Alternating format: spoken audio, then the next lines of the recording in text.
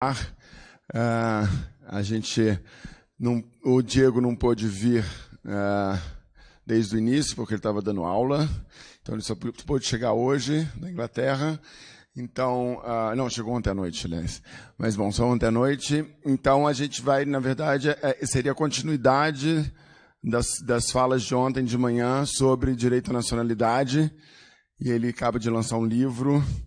E aí o Juan vai passar aí para vocês a folha com o desconto para o livro dele, que é sobre uma perspectiva histórica do direito à nacionalidade na América Latina. E vai ser sobre esse tema que ele vai falar hoje. Bem-vindo, Diego. Te passo a palavra. Está com...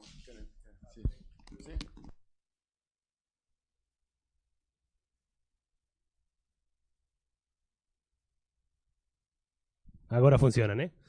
Bom, muito obrigado, Charles. Em primeiro lugar, falar, obviamente, que é um prazer estar aqui de novo no Rio de Janeiro. Eu morei no Rio de Janeiro no ano 2002, eu fiquei aqui estudando 6 meses.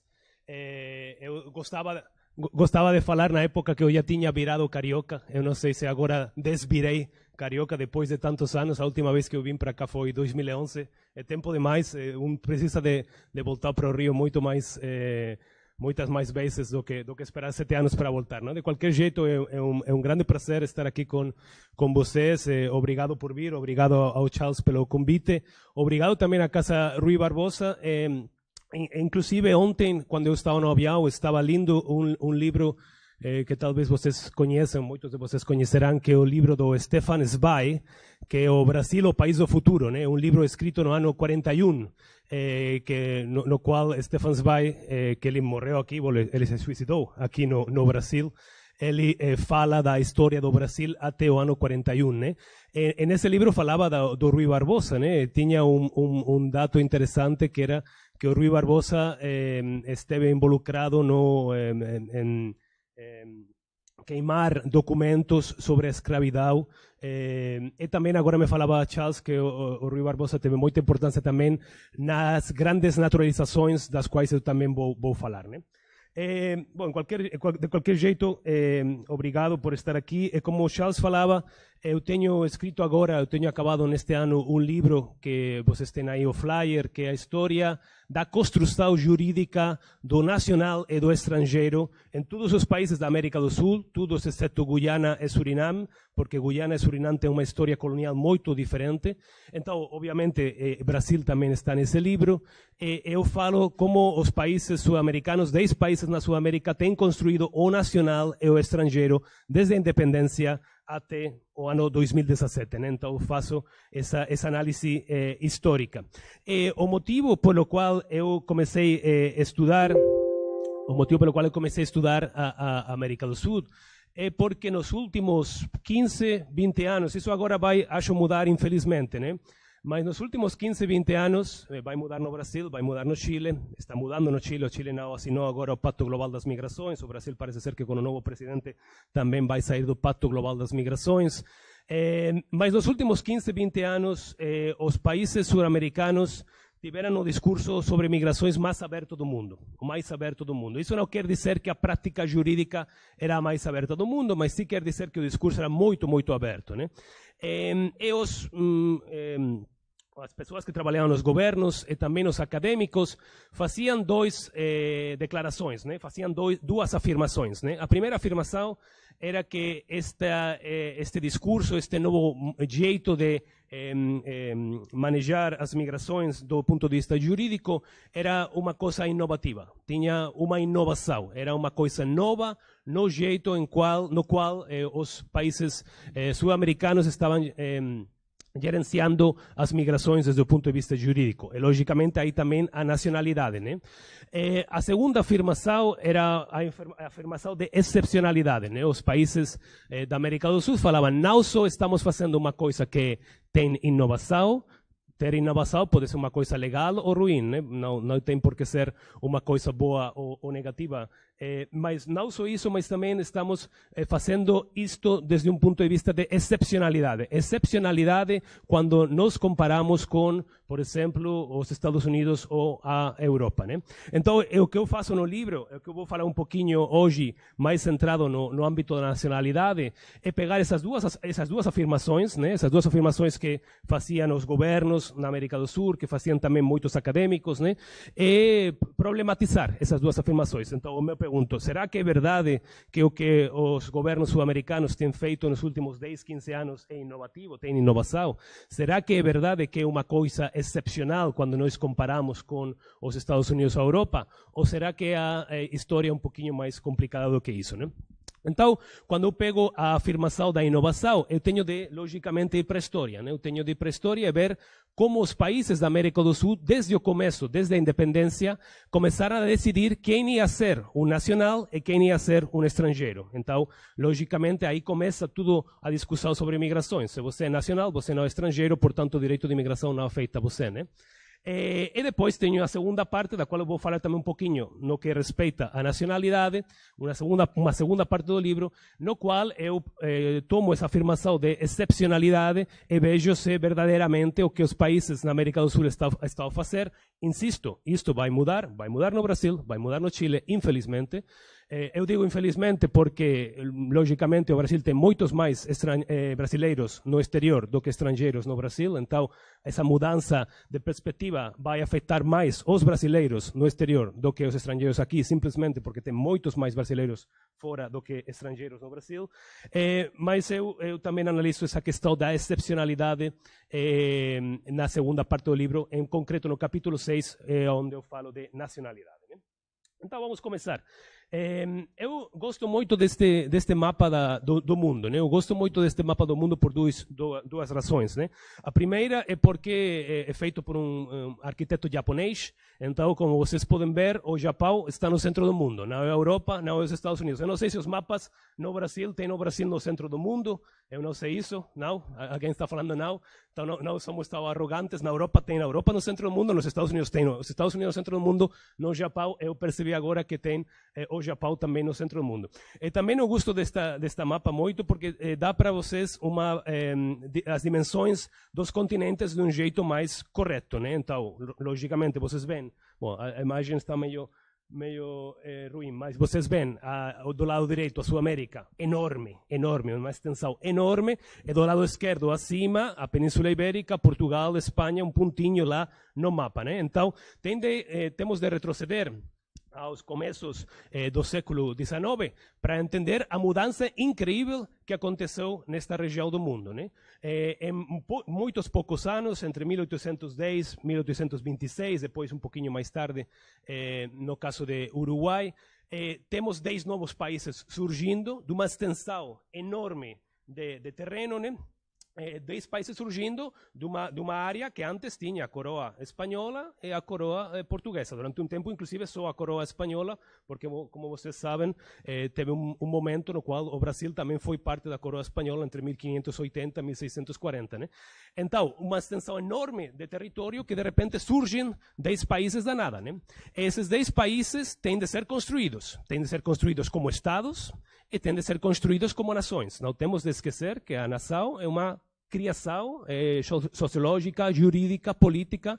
Não tem nações no mundo que estavam latentes, são construções, né? Então, nós temos de construir não só os estados, temos de construir também as nações nesses 10 países que surgem na América do Sul. Então, com a independência, logicamente, todos os 10 países começam a se fazer as 3 perguntas fundamentais que vocês que têm, aqueles de vocês que tenham estudado direito internacional sabem que são as perguntas básicas para determinar quem é um Estado, né? Primeira pergunta é qual é o meu território. Aí tem, logicamente, conflitos na Sudamérica, dos quais o Brasil também faz parte em alguns momentos, né? Não temos de falar situação com o Uruguai, depois com o Paraguai, etc. E governo, como é que eu vou me governar, né? Aí tem, por exemplo, no caso brasileiro, uma monarquia, no caso dos outros 9 países, repúblicas, né? E quem vai ser a minha população. portanto, quem vai ser estrangeiro e quem vai ser nacional. E isso não é uma pergunta que nós podemos responder de maneira matemática, né? Não tem estrangeiros e nacionais na natureza que surgem de maneira espontânea, né?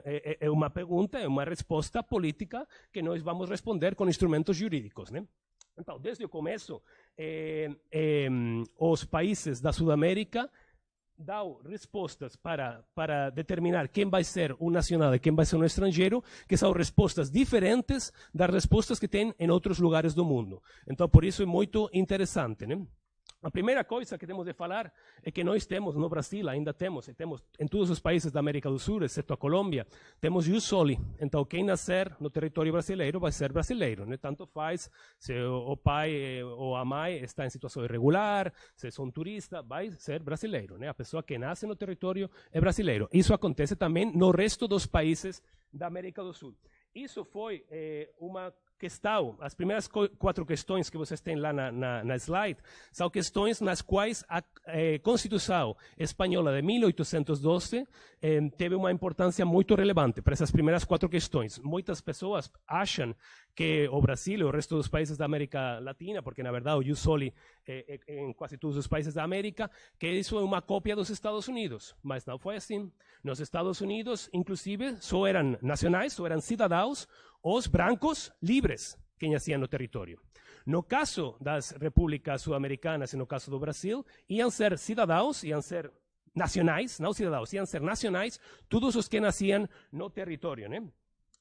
Agora vou mostrar para você o artículo da primeira Constituição brasileira de 1824. Inclusive, posso mostrar já para vocês olhar aí os que no Brasil tiverem nascido, quer sejam engenhos ou libertos. No caso brasileiro, sim tinha uma exclusão, a exclusão dos escravos.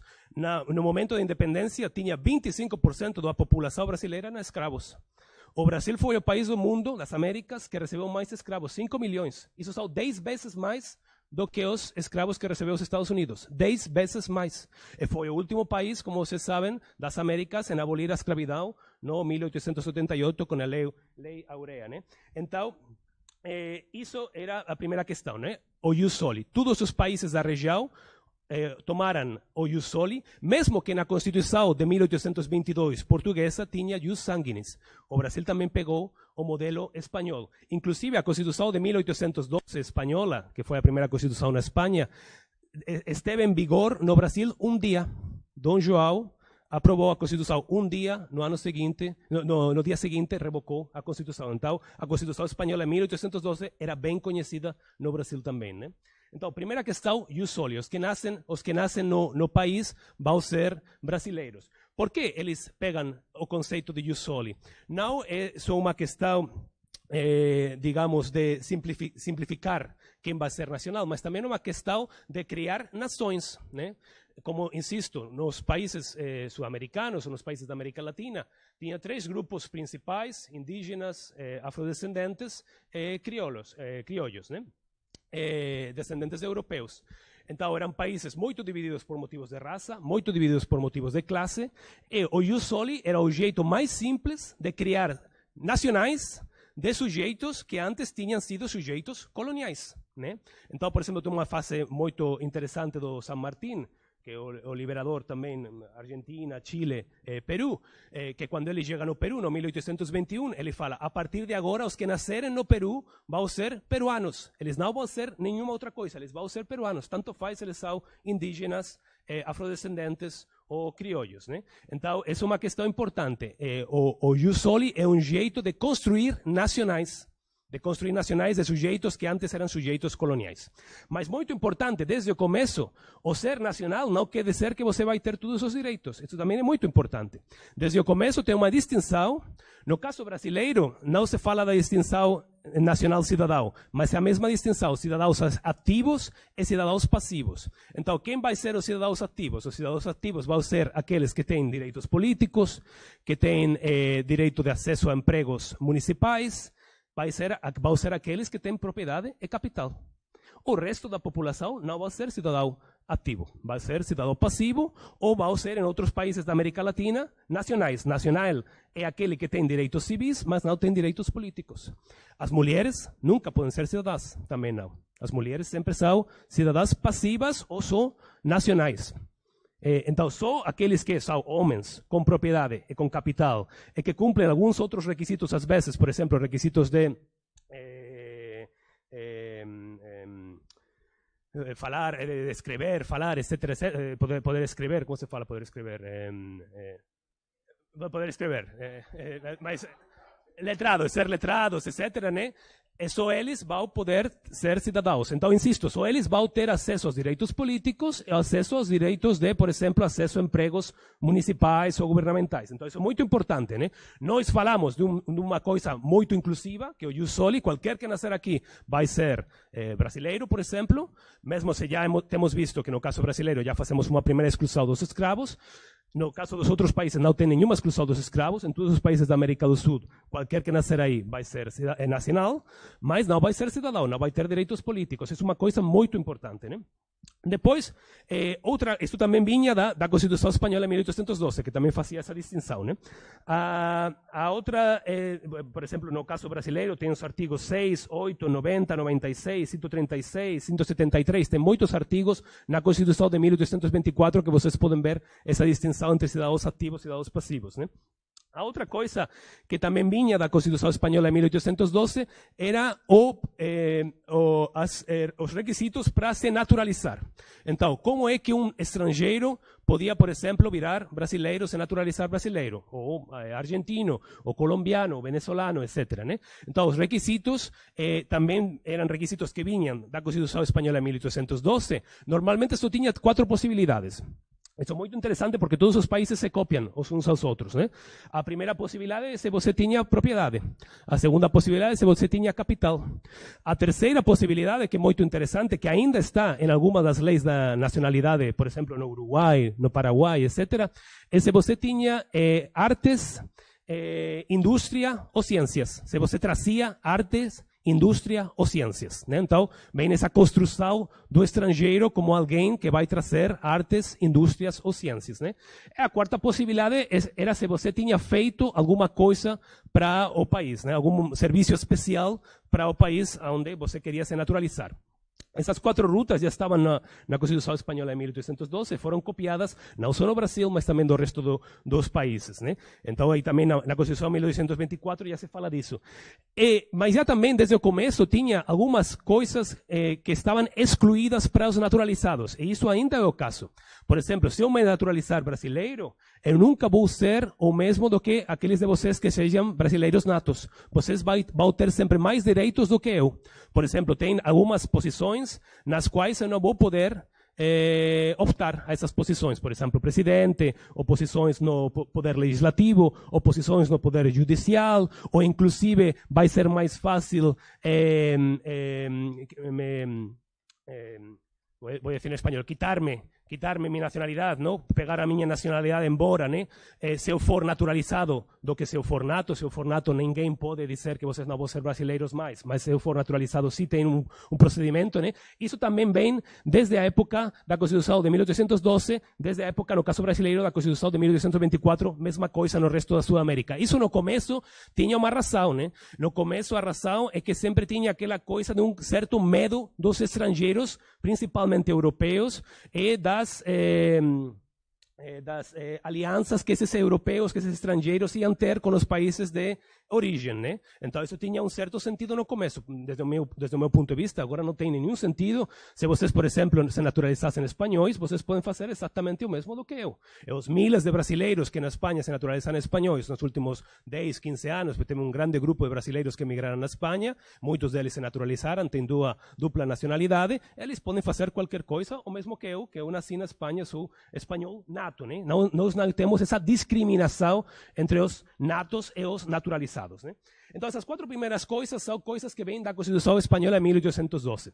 As 4 seguintes coisas que vocês têm em vermelho lá são coisas que são criadas pelos novos países da Sudamérica para a realidade sul-americana depois da independência. É que a Constituição Espanhola de 1812 não servia para gestionar essa realidade diferente, né? A primeira questão é a questão das fronteiras abertas, né? Desde o começo, os países da Sudamérica abrem as fronteiras para os estrangeiros. A primeira constituição que fala disto é a Constituição venezolana de 1811.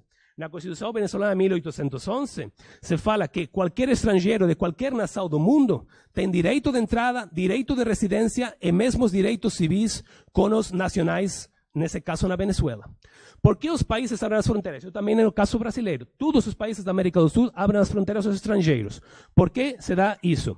Nós poderíamos pensar que talvez era um projeto humanista, um projeto kantiano. Não era um projeto humanista, não era um projeto kantiano. Era um projeto de 3 tipos diferentes, né? O primeiro tipo de projeto era um projeto racial. Era um projeto racista. O que se tentava fazer com a abertura para os estrangeiros, principalmente os que se queriam atrair eram europeus, era branquear as populações. Eram populações mistas, indígenas, afrodescendentes, descendentes de europeus. Os projetos que tinham as élites quando abriam as fronteiras era um projeto de branqueamento das populações. Isso se dá em todos os países da América do Sul. Eu tenho lido na semana passada um livro muito bom, Frontiers of Citizenship, que fala do caso brasileiro em concreto. E, de novo, repete a mesma coisa. Como muitos ideólogos tinham essa ideia de branqueamento das populações, para isso tinham de trazer europeus, quanto mais honor, melhor, né? Europeus, quanto mais brancos, melhor. A segunda questão pela qual nós temos a abertura de fronteiras para os estrangeiros é a questão civilizatória. Se entendia que os europeus iam trazer a civilização. Por isso eu falei antes, né, aquela questão das artes, ciências e indústria, né?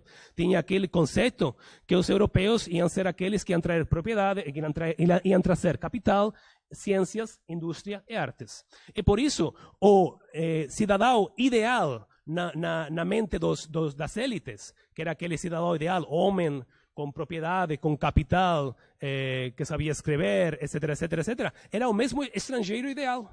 O estrangeiro ideal na narrativa das élites era aquele também que ia trazer capital, que ia trazer indústria, ciências, artes, que ia ser branco, que ia ser europeu, né? A terceira questão pela qual nós temos essa abertura de fronteiras é uma questão de população. E, claro, de população apresentando certos territórios como vazios. Territórios que não estavam vazios, na verdade, logicamente, né? Porque lá tinham grupos indígenas. Nós sempre achamos, eu gosto muito dos westerns, né, nos Estados Unidos, né? Os westerns, John Wayne ou Clint Eastwood, né? O que é um western? Um western é um cara europeu, descendente europeu, que chega lá no oeste, começa a matar índios e estende a fronteira, né? Nós poderíamos fazer westerns também no Brasil. Poderíamos fazer westerns na Argentina.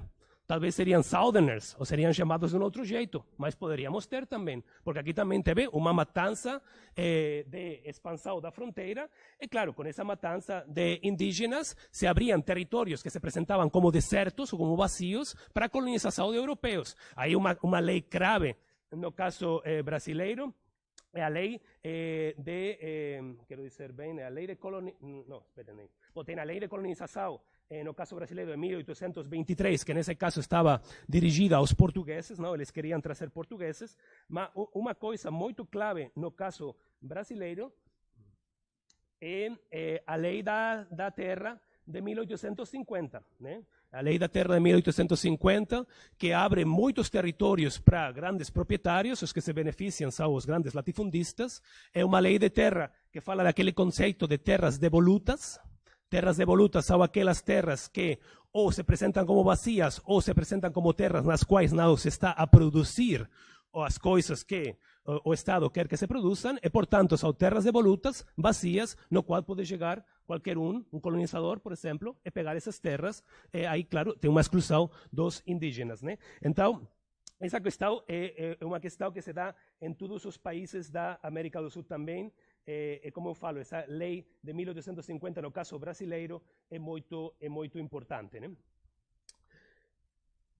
Tem igualdade de trato para os estrangeiros, logicamente, nessa tentativa de atração de estrangeiros, tem de dar igualdade de trato para os estrangeiros, é um jeito de tentar atrair mais estrangeiros.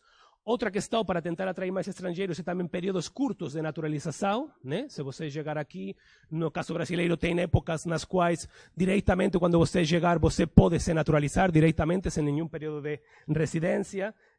Por exemplo, no decreto 808-A de 23 de junho de 1855, no caso brasileiro, se fala, você chega e diretamente pode optar para a naturalização, né? Sem nenhuma residência. Então, períodos curtos, ou às vezes nenhum período, ou no caso das grandes naturalizações aqui no Brasil, no final do século XIX, naturalizações sem o permisso da própria pessoa, são, que o Rui Barbosa, como falou agora Charles, estava também atrás desse projeto. Essas são tentativas de atrair mais estrangeiros, de facilitar a inclusão dos estrangeiros. Muitas vezes, o que é interessante, o que continua a acontecer agora, é que os estrangeiros não queriam se naturalizar.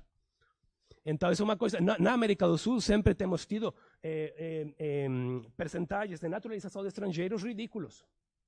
Na Europa, cada ano na Europa tem 1 milhão de pessoas que se naturalizam europeus. Nos países da América do Sul, são umas poucas dezenas. A Argentina, que é o país com mais estrangeiros, tem percentagens de naturalização também ridículos. Então, isso é uma questão que vem da história, é uma questão interessante, também podemos aprofundir depois, né? Por que as pessoas não querem se naturalizar, né? E depois a construção do cidadão regional. A construção do cidadão regional é muito importante.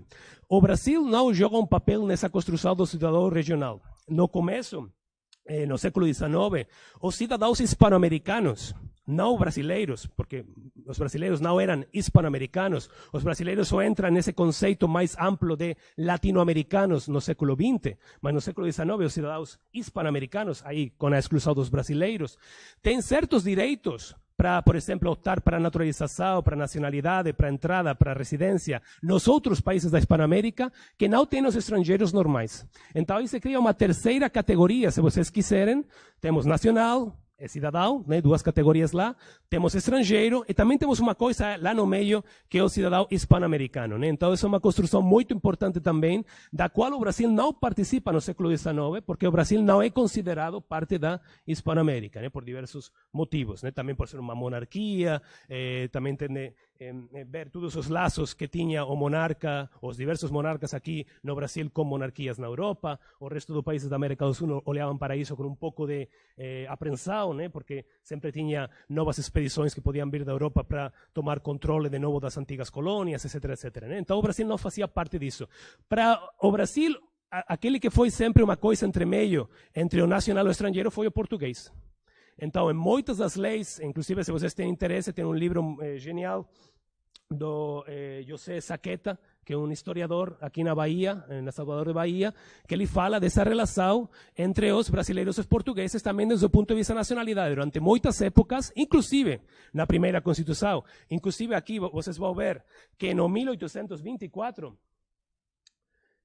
todos os nascidos em Portugal, o ponto 4, eles também podiam optar a ser brasileiros, né? Isso não acontece nas constituições no resto da Hispanoamérica. Por quê? Porque a separação entre Brasil e Portugal foi muito mais amistosa, né?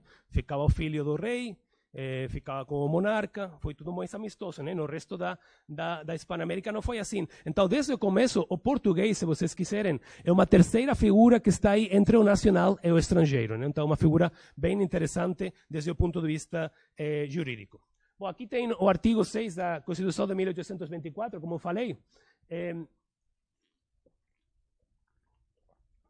Mas se quiserem mais referências das leis que eu estou a falar, tudo isso está no livro, ou podem me escrever depois, eu envio sem problemas, né?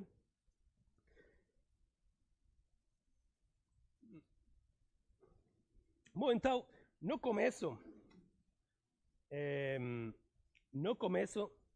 não vinham estrangeiros para a América do Sul. Ao começo não tinha estrangeiros que vinham para cá. Todos os países da América do Sul enviavam pessoas para a Europa, emissários para a Europa para atrair europeus, davam passagem gratuita muitas vezes, davam terras de graça, davam exceções de impostos, né, de taxas, né? Eu sempre penso que nós temos também na narrativa hispano-americana uma coisa muito interessante, né? Que essa narrativa de que os europeus no século XIX, né? É uma narrativa que tem em todos os países, né? Você fala com chilenos, eles te falam, não, tem aqueles alemães que foram lá no sul do Chile, né? Que eles fizeram coisas incríveis. Eu acho, pô, eles me deram exceções de impostos de taxas 20 anos, passagem gratuita, terras. Olha, se eu não fazer alguma coisa legal, é que eu sou muito burro, né? Então mas tem sempre essa narrativa, né? Mas mesmo assim, no começo não tinha estrangeiros que vinham para a América do Sul. O número de estrangeiros era muito baixo, né? Eu sei que tem algumas colônias, no caso brasileiro, eu sou consciente disso, teve algum grupo de alemães, algum grupo de suíços no século XIX, mas no começo muitos poucos estrangeiros chegaram no Brasil e no resto da América do Sul. Isso muda completamente no 1870, no 1880, e muda principalmente em 3 países. Argentina, que foi o país que recebeu mais estrangeiros, 6,5 milhões. Brasil, que foi o segundo, 4,4 milhões de pessoas. E depois Uruguai, que é muito mais pequeno, e recebeu 700 mil pessoas, 700 mil estrangeiros. Entre mais ou menos o 1880 e o 1930. Nessa época de 50 anos, a Sudamérica é a segunda região do mundo a receber mais estrangeiros só após dos Estados Unidos. A Argentina sozinha é o segundo país do mundo a receber mais estrangeiros só após os Estados Unidos. A Argentina, se pegamos a população, o número de moradores na Argentina, e fazemos uma percentagem, a Argentina foi o país do mundo nessa época que recebeu mais estrangeiros por percentagem de população, não?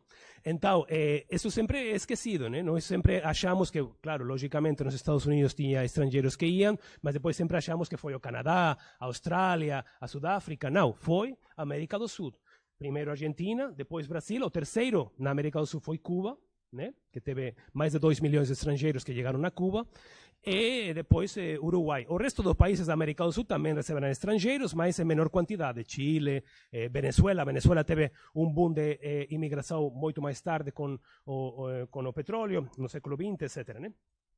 Então, por que de repente países que têm durante várias décadas tentado atrair estrangeiros sem nenhum sucesso, por que de repente começam a chegar estrangeiros em massa, grandes números de estrangeiros, números verdadeiramente importantes? Tem de pensar, por exemplo, em Buenos Aires, ao começo do século XX, quase a metade da população era estrangeira.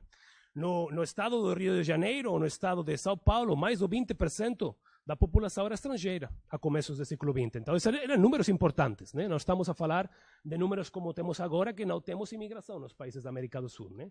Agora o que tem um pouquinho mais é o Chile, mas o Chile não chega aos 5%, né? São números muito pequenos em comparativa mundial, né? Por que de repente começam a chegar estrangeiros? E que influência tem isso no direito de nacionalidade, logicamente, né? E na construção jurídica do nacional e do estrangeiro, né? Bom, começam a chegar por 5 revoluções que tem aí na slide. É um historiador cubano da Universidade de Columbia, em Nova York, que ele tem falado dessas 5 revoluções, sobretudo para explicar a chegada de estrangeiros na Argentina, né? Então ele fala, tem 5 revoluções que se dão ao mesmo momento. A primeira revolução é a Revolução Industrial.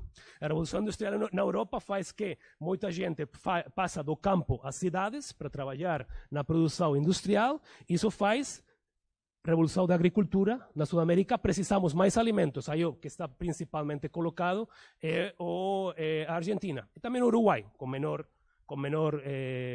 prioridade, um pouco também no sul do Brasil, né?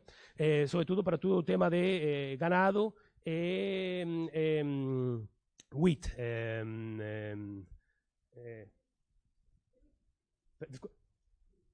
Trigo, obrigado, trigo. É a mesma coisa em espanhol, viu, trigo. Mas às vezes estou pensando em outras línguas. Então, trigo, né? Sobretudo para isso. Então, aí tem essa revolução da agricultura na Sudamérica, na qual também participa a revolução industrial. Ontem também lindo esse livro de Stefan Zweig. Era muito interessante ver a mudança também que se dá aqui no Brasil, desde a época da escravidão, para depois também com a chegada de novos instrumentos industriais, né? A seguinte revolução seria a revolução demográfica na Europa, né? Que já falei. Mudança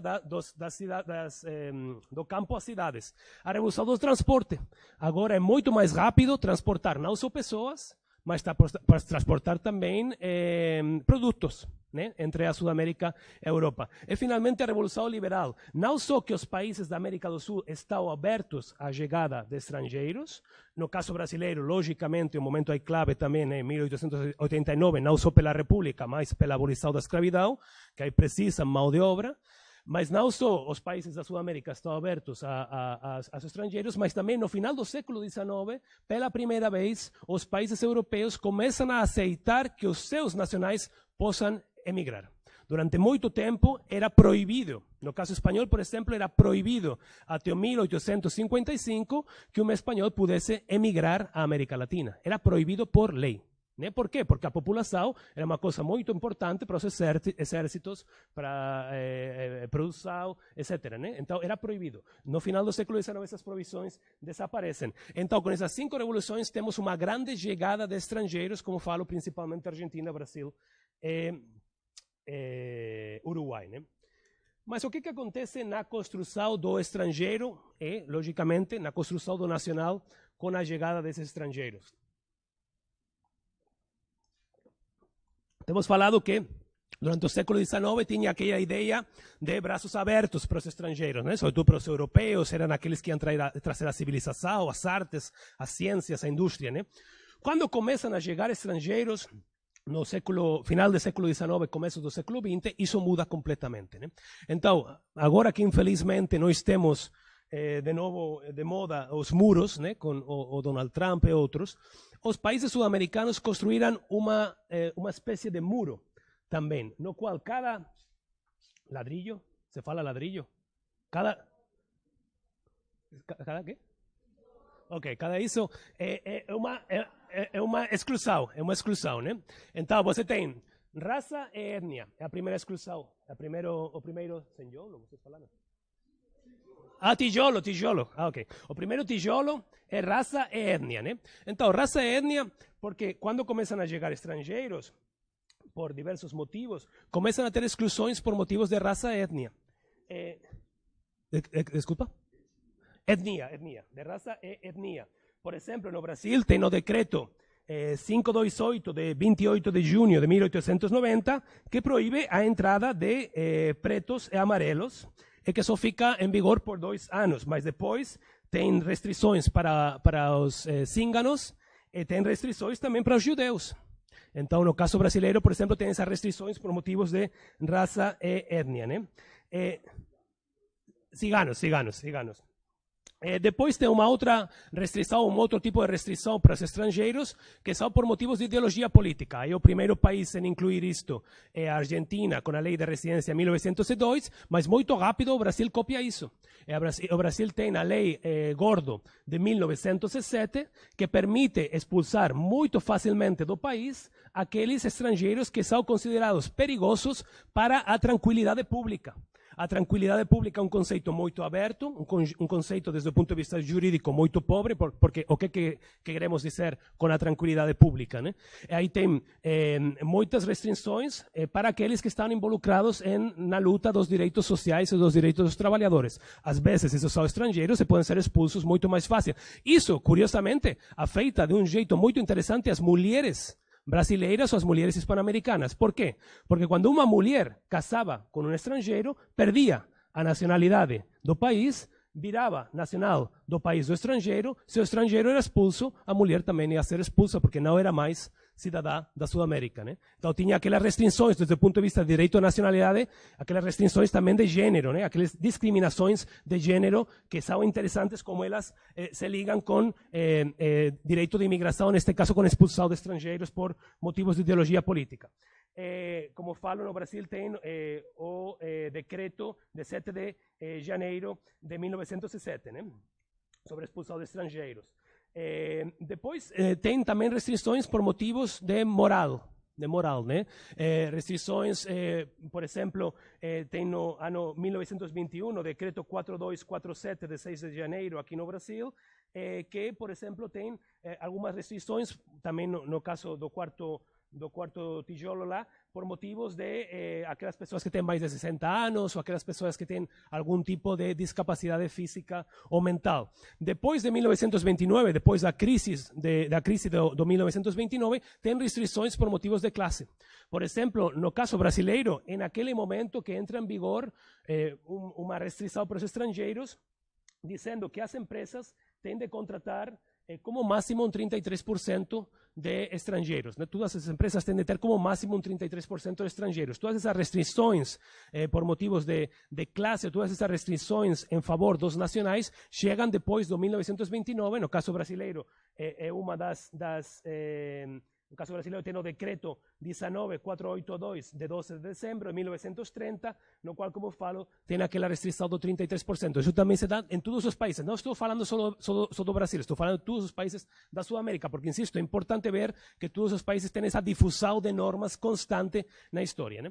E o último, depois durante a Guerra Fria, depois da Revolução Cubana, num contexto, como falo, de Guerra Fria, com as chegadas das ditaduras aos países, é lá, nesse momento, que o estrangeiro é visto como ameaça, em tanto que estrangeiro, à segurança nacional, e nesse momento tem as maiores restrições aos estrangeiros, que isso também afeta o direito de nacionalidade. Né?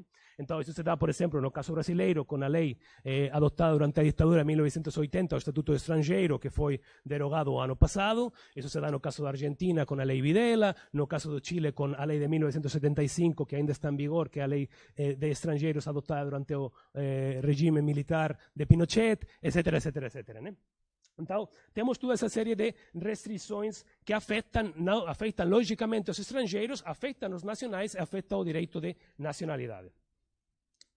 Bom, isto muda com o regresso à democracia, e isto muda por 3 motivos importantes. Aqui vamos ver outras coisas importantes do direito de nacionalidade que têm mudado nos últimos 20, 25 anos. A primeira coisa que muda com o regresso à democracia é que nós nos acordamos, né? Eu falo nós, eu sou filho de colombiano, então eu também sou sul-americano, né? Então, nós nos acordamos e percebemos que não somos mais países de imigração. Durante toda a história, os países sul-americanos eram países de imigração ou países que não emigravam nem recebiam imigrantes. Não eram nunca países de emigração. A imigração que tinha era uma imigração pequena regional, sobretudo em municípios de fronteira, etc. Como falo, o Brasil tinha recebido muitos estrangeiros. Durante a ditadura militar não tinha estrangeiros chegando no Brasil, não tinha mais imigrantes, mas não só no Brasil, na Argentina, em Chile, etc., etc. Então, nós acordamos depois das ditaduras militares e percebemos que não somos mais países de imigração, ao contrário, o que somos agora é países de emigração. A primeira imigração forte de sul-americanos é durante a época das ditaduras militares. A mais forte no caso brasileiro é nos anos 80, com a década perdida, crise econômica, etc. E depois, com a virada do século, também com crises fortes econômicas em outros países, Equador, Argentina, o Corralito, etc., lá tem também a saída de milhões de sul-americanos. Aonde que vão esses sul-americanos? Vão, sobretudo, aos Estados Unidos e depois à Europa. No caso brasileiro, Portugal, também Espanha, Inglaterra. No caso da Sul-América em geral, Espanha principalmente. Né? Então, nós nos acordamos e vemos que não somos mais países de imigração, temos imigração, percentagem de imigração muito pequeno. No caso brasileiro, menos de 0,5% de imigração. Então, estamos falando que os países, por exemplo, os países europeus que têm imigrantes têm 10%. O Brasil tem menos de 0,5%. Né? O país que mais tem imigrantes agora na Sudamérica, Chile, 5%, Argentina, 5%.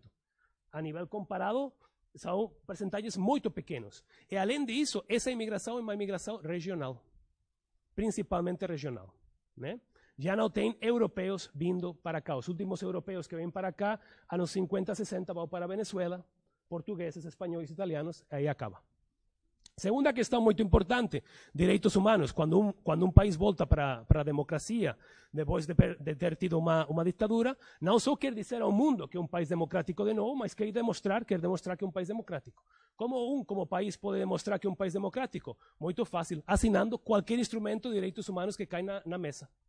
Então, a Sudamérica é a região do mundo que tem a percentagem mais alta de assinatura de instrumentos, dos 9 instrumentos principais de direitos humanos das Nações Unidas, a região do mundo, com a taxa de assinatura mais alta. Isso também inclui o Brasil. O Brasil não tem assinado a Convenção de Direitos dos Migrantes, que essa seria a única importante das 9 que o Brasil não tem assinado, mas tem assinado todas as outras.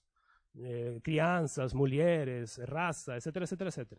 Então, é a região do mundo com a taxa de assinatura mais alta. Ao mesmo tempo, também, uma questão que talvez no Brasil é sempre mais complexa, é a questão da Convenção Americana de Direitos Humanos, da Corte Interamericana de Direitos Humanos e da Comissão Americana de Direitos Humanos, né? Que, obviamente, durante a época das ditaduras militares não tem nenhum poder, mas que depois começam a ter importantes pronunciamentos, importantes sentenças, também sobre direitos dos migrantes. Né? E sobre nacionalidade, sobre acesso à nacionalidade. Por exemplo, no caso da República Dominicana, tem várias sentenças muito importantes sobre acesso à nacionalidade, sobre direito à nacionalidade, que é um dos direitos da Convenção Americana de Direitos Humanos. Então, isso também é importante para ver como vamos poder agora regular juridicamente as migrações e a nacionalidade, né? E depois tem um terceiro ponto muito importante, que é o ponto do regionalismo. Então, ao final do século XX, o Mercosur entra numa fase de crise, porque aquela ideia de construir um mercado interno não está avançando muito rápido. Parece que estamos num momento de crise, não só o Mercosur, também a comunidade andina. Aí entram novas coisas na agenda, novos itens na agenda. Um dos itens é o item social, que entra na agenda, e o item das migrações. Então, os países da América do Sul criticam muito como são tratados os brasileiros e o resto dos hispano-americanos na Europa, nos Estados Unidos, criticam muito a Europa e os Estados Unidos, e de repente eles percebem, olha, também nós temos aqui imigrantes que são da região, o que nós podemos fazer é fazer alguma coisa juridicamente para esses imigrantes da região, para que eles tenham acesso a direitos. Então aí tem essa ideia da construção de uma cidadania regional. Uma cidadania regional que agora está num momento de crise, mas uma cidade regional que começa a se construir ao começo do século XXI, e que tem um instrumento mais importante, o Acordo de Residência do Mercosur.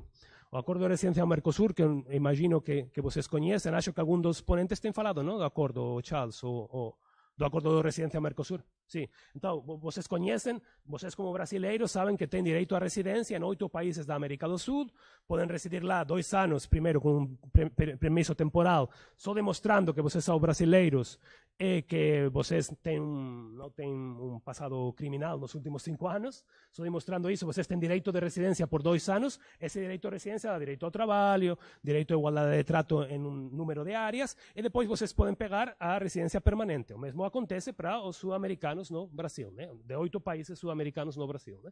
Então, essa construção de uma cidadania regional é muito interessante também, porque vai na linha também do que acontece em muitas regiões do mundo, né? Eu sempre pego o exemplo da Sudamérica na Europa para falar na Europa, olha, não só somos nós na Europa que estamos a abrir fronteiras para cidadãos regionais, também na Sudamérica, mas não só na Sudamérica. No espaço pós-soviético tem um acordo para 5 países que têm a mesma mobilidade. Na África tem vários acordos. Na América Central, no Caribe, etc, etc, etc. Né? Então, essa ideia é muito importante da abertura de fronteiras e de construção, abertura de fronteiras para certos nacionais da região e de construção de um sujeito, de um cidadão, se quiserem, regional. Isso é uma coisa que está acontecendo no mundo e que muitas vezes nós não damos a importância que tem, porque nós sempre falamos muito mais dos muros, das restrições, das declarações xenófobas, etc. E não percebemos que ao mesmo tempo tem essa tendência muito forte a nível mundial, insisto, a nível mundial, né? Bom, a questão da imigração também afeta muito os direitos da nacionalidade. Por exemplo, entra no ano 94 a possibilidade de dupla nacionalidade no Brasil. Antes no Brasil não era possível ter dupla nacionalidade. A dupla nacionalidade é uma demanda dos emigrantes no exterior, né? Dos brasileiros que estão fora ou dos colombianos que estão fora. O primeiro país lá é a Colômbia, em 1991, e depois todos os países da América do Sul também começam a ter essa ideia de dupla nacionalidade. Agora só o Paraguai é o único país que não tem dupla nacionalidade, né? Então, isso é uma demanda dos... E claro, aí também é interessante, isso afeta muito o direito de nacionalidade, obviamente, uma coisa central, uma nova tendência central.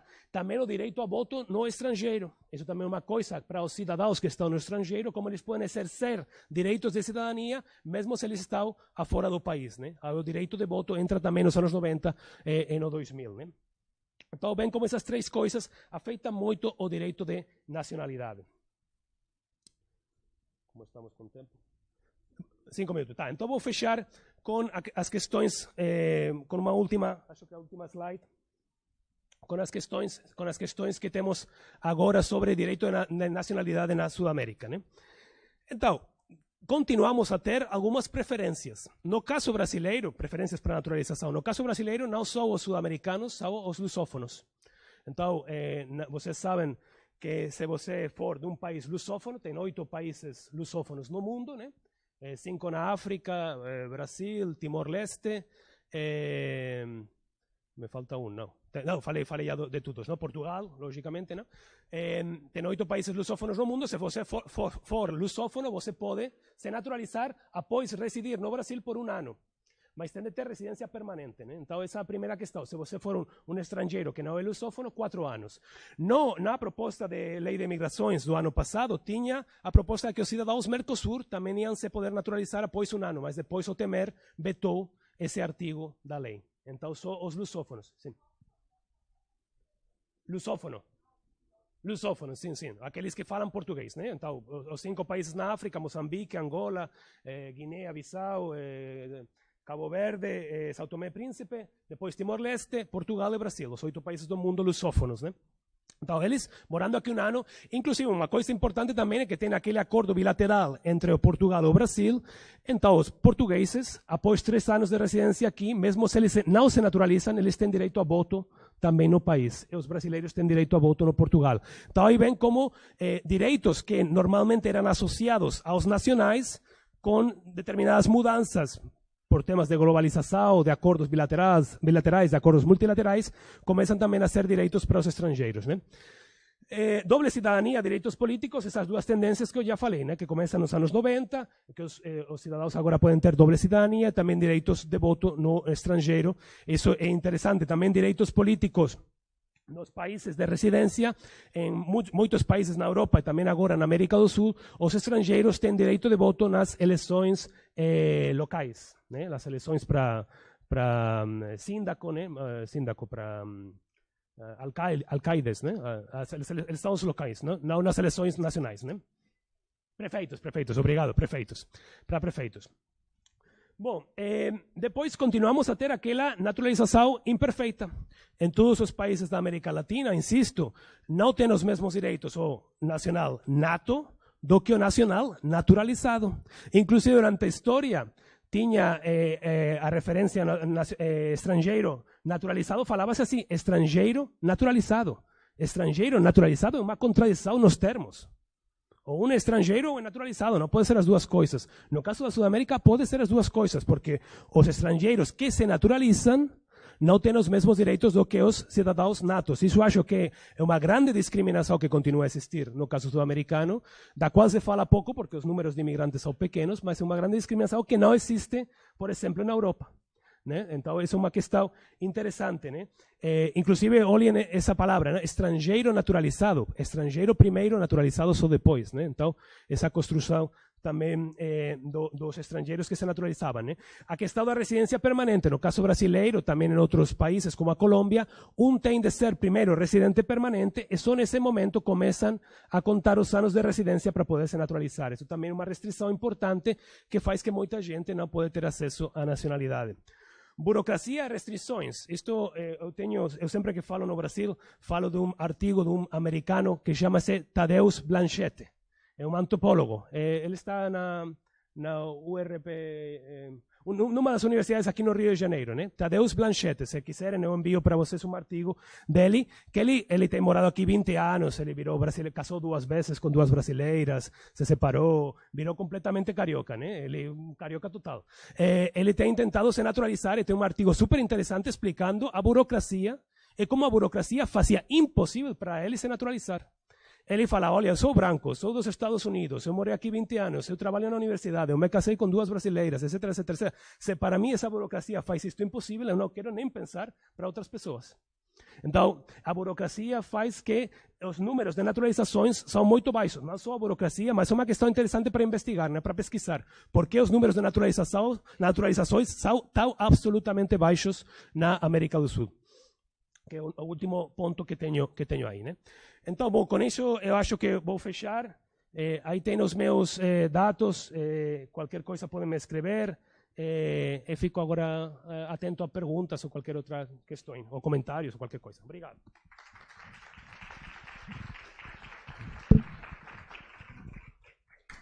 Então, vamos fazer uma rodada de perguntas.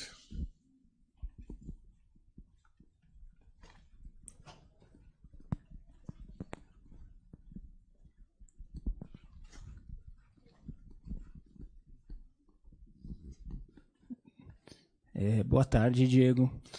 Obrigado pela apresentação. Acho que, pelo menos para mim, esclareceu muita coisa, um pouco da história da América do Sul, que a gente começa a se debruçar mais recentemente sobre esses acordos mais digamos, regionais, mas que, de alguma forma, muitas das tradições já estavam colocadas desde essa construção da nacionalidade, enfim, do século XIX, início do século XX. E minha pergunta vai justamente nesse sentido. Desculpa, não me apresentei. Meu nome é Caio. E justamente em um ponto você tocou do acordo sobre residência do Mercosul. E, enfim, durante um tempo no mestrado eu fiz a pesquisa da construção do acordo do Mercosul de residência, e é muito latente a partir das atas das reuniões o papel preponderante que a Argentina teve na construção desse acordo, né? Tanto no contexto de debate que existia para a reformulação da lei Videla, como você falou, até, enfim, o interesse na regularização dos imigrantes sul-americanos, e que aí também em 2016 eles estavam ali elaborando um acordo único migratório que, enfim, não foi para frente. E agora você também colocou esse histórico de uma certa liderança, tanto no recebimento de imigrantes na Argentina, ainda que o Brasil também tenha recebido muito. E assim, eu gostaria de, se você pudesse explorar um pouquinho, ainda que seja esse recorte América do Sul, essas assimetrias de poder, ao menos nos assuntos migratórios, que parece que a Argentina tem um papel muito importante nesse contexto regional. E se você pudesse, enfim, se você sabe mais detalhes, para aprofundar um pouco. Obrigado.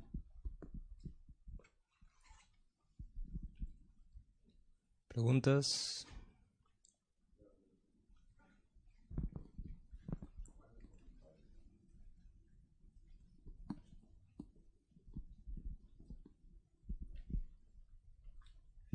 Não, é mais um comentário, porque você pega esse modelo um pouco da modelo espanhol como inspiração, mas tem até uns artigos, não sei se você está citando no teu livro, porque eu não tive, já estou para ler, não consigo, desculpa.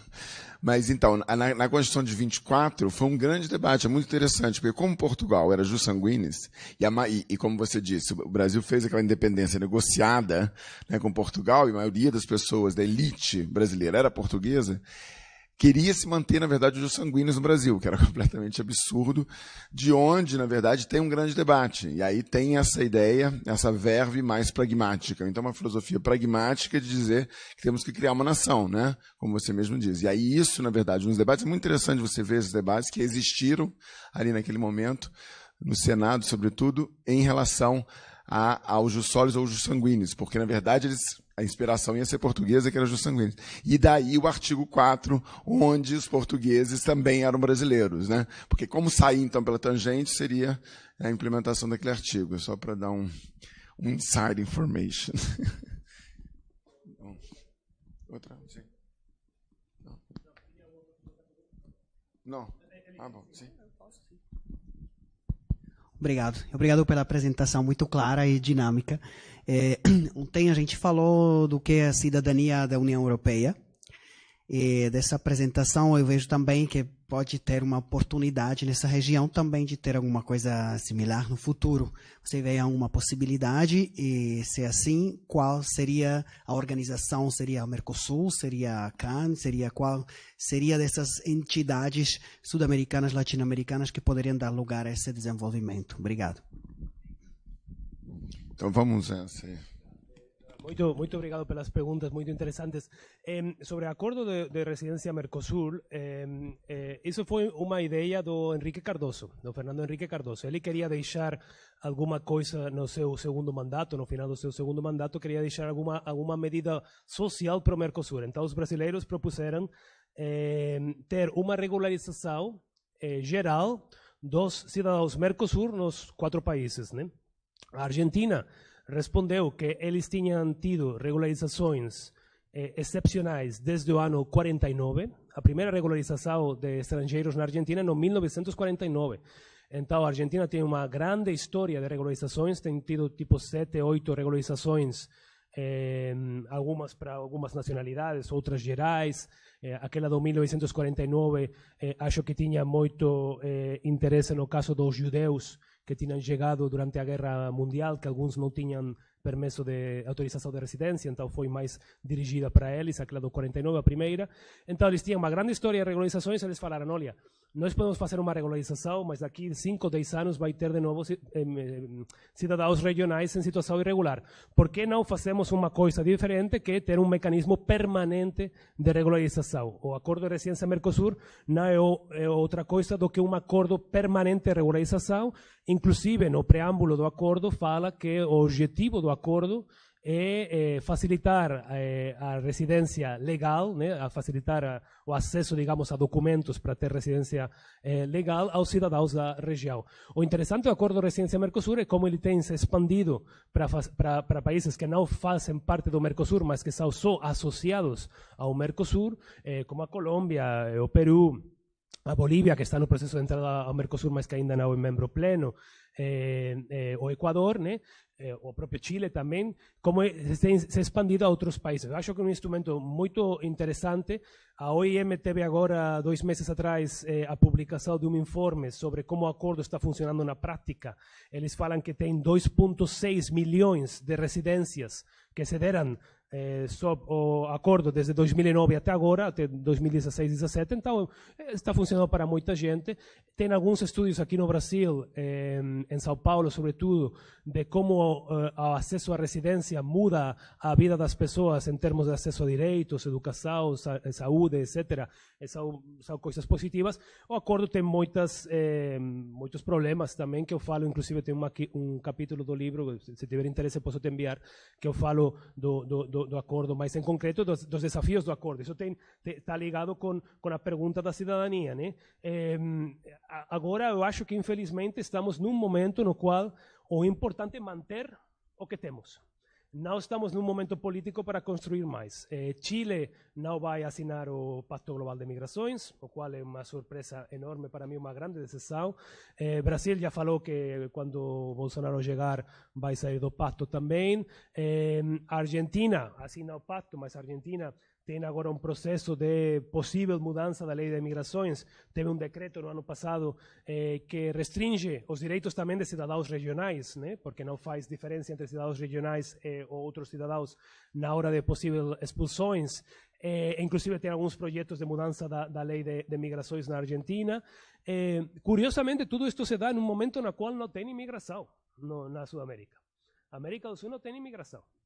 Então, antes da crise aqui no Brasil, quando eu ia para Brasília no ano 2012, 2013, todo mundo lá estava a falar dos milhões de estrangeiros que iam vir para cá. Engenheiros, arquitetos. Eu, quando estive aqui no ano 2011, no Rio, fiquei aqui um mês trabalhando no projeto na Fundação Getúlio Vargas, eu tive uma experiência muito interessante. Eu fui com normalmente eu não, há muito tempo que eu moro fora da Espanha, né? Então não tenho assim muitos amigos espanhóis, mas às vezes dá. Eu tinha uma amiga que é espanhola, a gente foi para como chama-se aquele na praia, onde vão todos os patricinhos, como chama-se? Aqui 2 horas do Rio, aquele lugar na praia, Búzios. A gente foi para Búzios, né? Então, éramos 16 espanhóis. Eu falo, para mim é uma coisa estranha estar com 16 espanhóis, né? Olha, era super interessante. 8 deles estavam irregulares no Brasil. Irregulares. Não tinham autorização de residência no Brasil. 2011, momento culmen da crise econômica na Espanha. Mas eles eram engenheiros, arquitetos, economistas, tudo, gente de alto nível. Mas eles estavam, no momento que eu falei que eu fazia direito de imigração, todo mundo começou a me perguntar coisas. Olha, como posso me regularizar aqui? Se é o caso, não é o caso, deixo de me casar. Então, olha, é interessante, mas agora não tem imigração. O único país que recebe agora imigração é o Chile, mas são números, insisto, não são números de nível mundial. São números de campeonato muito regional, né? Ninguém vai para a Copa do Mundo com esses números, né? Então, olha, é interessante que, apesar disso, agora temos, nesses 3 países principalmente, uma dialética sobre as migrações que eu insisto, aos que vai afetar mais é aos latino-americanos que estão fora, que são muitos mais. Tem 3, 4 milhões de brasileiros no exterior, muitos deles em situação indocumentada. Na Espanha teve miles de brasileiros que se regularizaram nos processos de regularização na Espanha. Se alguém tem interesse, posso enviar os dados. Então, é interessante que neste momento temos essa dialética surgindo de novo quando, sinceramente, não faz muito sentido. E a última coisa, então, bom, quem vai ser, eu acho que agora não é um momento para construir, é um momento para aguentar o que temos, aguentar o acordo de residência Mercosul. Tinha uma proposta de melhorar o acordo de residência Mercosul, isso ficou arquivado pelo momento, então eu não acho que essa questão da cidadania sul-americana vai continuar nos próximos 3, 4 anos. Mas, se mantermos o que temos, eu acho que é um bom avanço. E nada, a coisa da Constituição Espanhola, sim, é interessante porque os brasileiros usaram, né? Então, tem alguns artigos de historiadores, que eu cito no livro, né? Historiadores brasileiros, que eles falam que a Constituição foi aqui aprovada um dia, no dia seguinte, porque tinha muita pressão para o monarca, para Dom João, para ele aprovar uma Constituição, né? Porque agora todos os países do mundo estão aprovando constituições, nas quais, logicamente, falavam que a soberania residia não no monarca, mas na nação, como fala também a Constituição de 1824 aqui no Brasil. Então tinha essas expressões, então ele aprovou e no dia seguinte revogou. Então, o que quero dizer com isso é que a Constituição era bem conhecida, inclusive a Constituição Espanhola tem algum efeito na Constituição Portuguesa de 1822, e curiosamente a Constituição Portuguesa de 1822 tem jus sanguinis, e aqui se aceita jus soli, um pouco por essa questão da construção da nação, com a diferença que eu falei do Brasil, que aqui os escravos ficam por fora também de ser nacionais, né? Então... Ok, obrigado, Diego. Então, vamos para a sessão agora com a Rachel. A gente vai para o tema do assunto sobre LGBT+, e a gente vai começar com a Rachel falando Estados Unidos. Bom, Estados Unidos. Depois o Vinícius aqui do CEPRI vai falar sobre nossos casos, o caso do Brasil e a solicitação de refúgio dessa população no Brasil.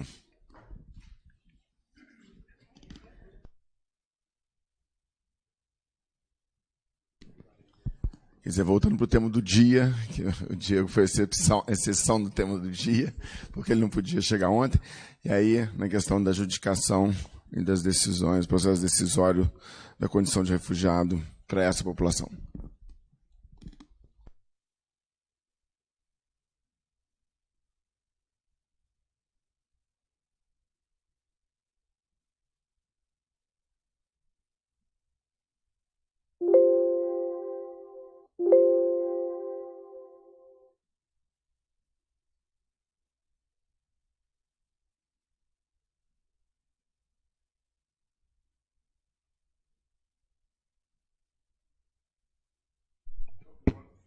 No, I'm going to sit down. Good afternoon, everyone. Charles, thank you very much for inviting me. It's really a pleasure to be here and wonderful to have heard all of the presentations up till now. I feel like I'm building on a lot of the knowledge that has already been shared here. And I've really appreciated the input that you've all given and the questions that you've asked, so I hope we have a great discussion. My name is Rachel Levitan, and I work with a US-based refugee organization that's called HIAS. And, sorry, one second.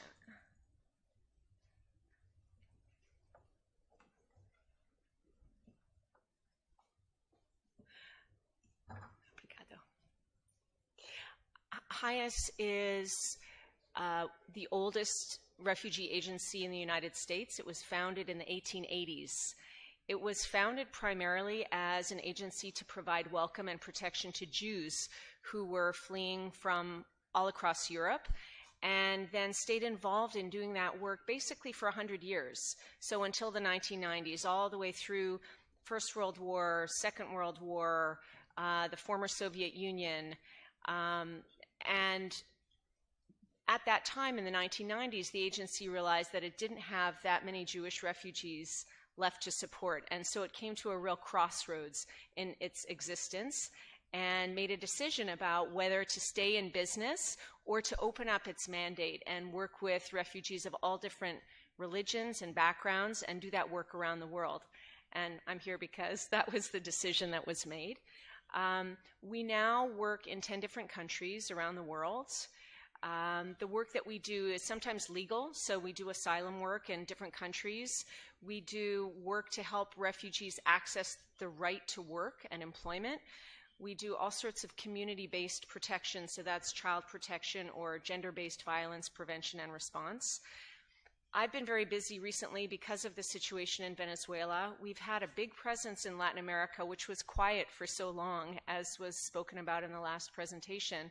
We began working here in the early 2000s to assist Colombian refugees and stayed. But because of the situation in Venezuela, everything has intensified. We have a program in Venezuela. We have about 100 staff there who are continuing to work with Colombians, but also Venezuelans. We have a very large program in Ecuador.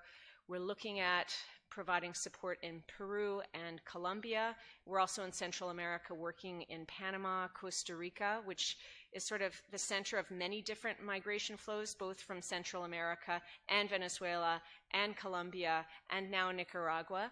So it's getting flows from all different directions. And we also just are about to open up an office in Aruba to deal with the flow directly from Venezuela to the South Caribbean. So there's a lot happening, a lot to respond to. But this presentation is not about Venezuela. It's about how the U.S. is handling LGBT asylum claims. Of course, there are LGBT Venezuelans who are seeking protection as well, but there are others in the room who are more versed in what the needs are of that population. I began working with LGBT refugee issues probably now about 10 years ago, when it was really just a new area. People were not in the international refugee community thinking about LGBT refugees. It was new. It was not, there were no guidelines out of UNHCR at the time. I was working in Turkey with an organization that's linked to Gabor's, actually, a Helsinki organization, doing legal aid for refugees. And we began to see an influx of Iranian gay men, then lesbians, trans men and women, and we said, who's handling these cases and are they being handled well? And we saw there were tremendous gaps. At the time, the UN ACNUR was handling the asylum claims, and our clients were being asked some pretty awful questions, and there was a real lack of sensitivity in the evaluation and interview of those claimants. So we got very interested. We also got very interested in what was happening to LGBT refugees who were being held in detention. So then we kind of linked up with other agencies who were beginning to face the same questions about the protection of this population. I eventually did some research also in Africa, looking at the protection concerns facing LGBT refugees there. Right now in the US, we're at a period of time where many of the progressive steps that have been taken to protect LGBT refugees are being called into question because of the current policies that affect asylum seekers as a whole, but are having a particularly challenging impact on LGBT refugees. So today, what I thought I could do is go over just some basics on, I call it LGBTI. I don't know how they call it in Portuguese. Is it the same, or I don't know, you'll tell me, okay. Some of the terminology, just so we're on the same page. I'm sure everyone is quite fluent in it, but we'll talk a little bit about the human rights violations that are experienced by LGBTI people in their home countries or on the way when they're trying to flee, which I find are relatively universal. And then we'll talk about some of the U.S. asylum procedures and policy challenges, and then get into some of the cases that have been sort of the more important cases in U.S. law. So first of all, terminology. Before we get into anything, it's important to talk about the difference between gender and sex. When I was doing more of my research on this, I went to an amazing training where the woman leading the training said, "This is gender," and then she said, "This is sex." So like, think of, this is how you think of yourself, how do you perceive yourself, what your gender is, and then sex is the physical representation, how you were born, the biology behind it.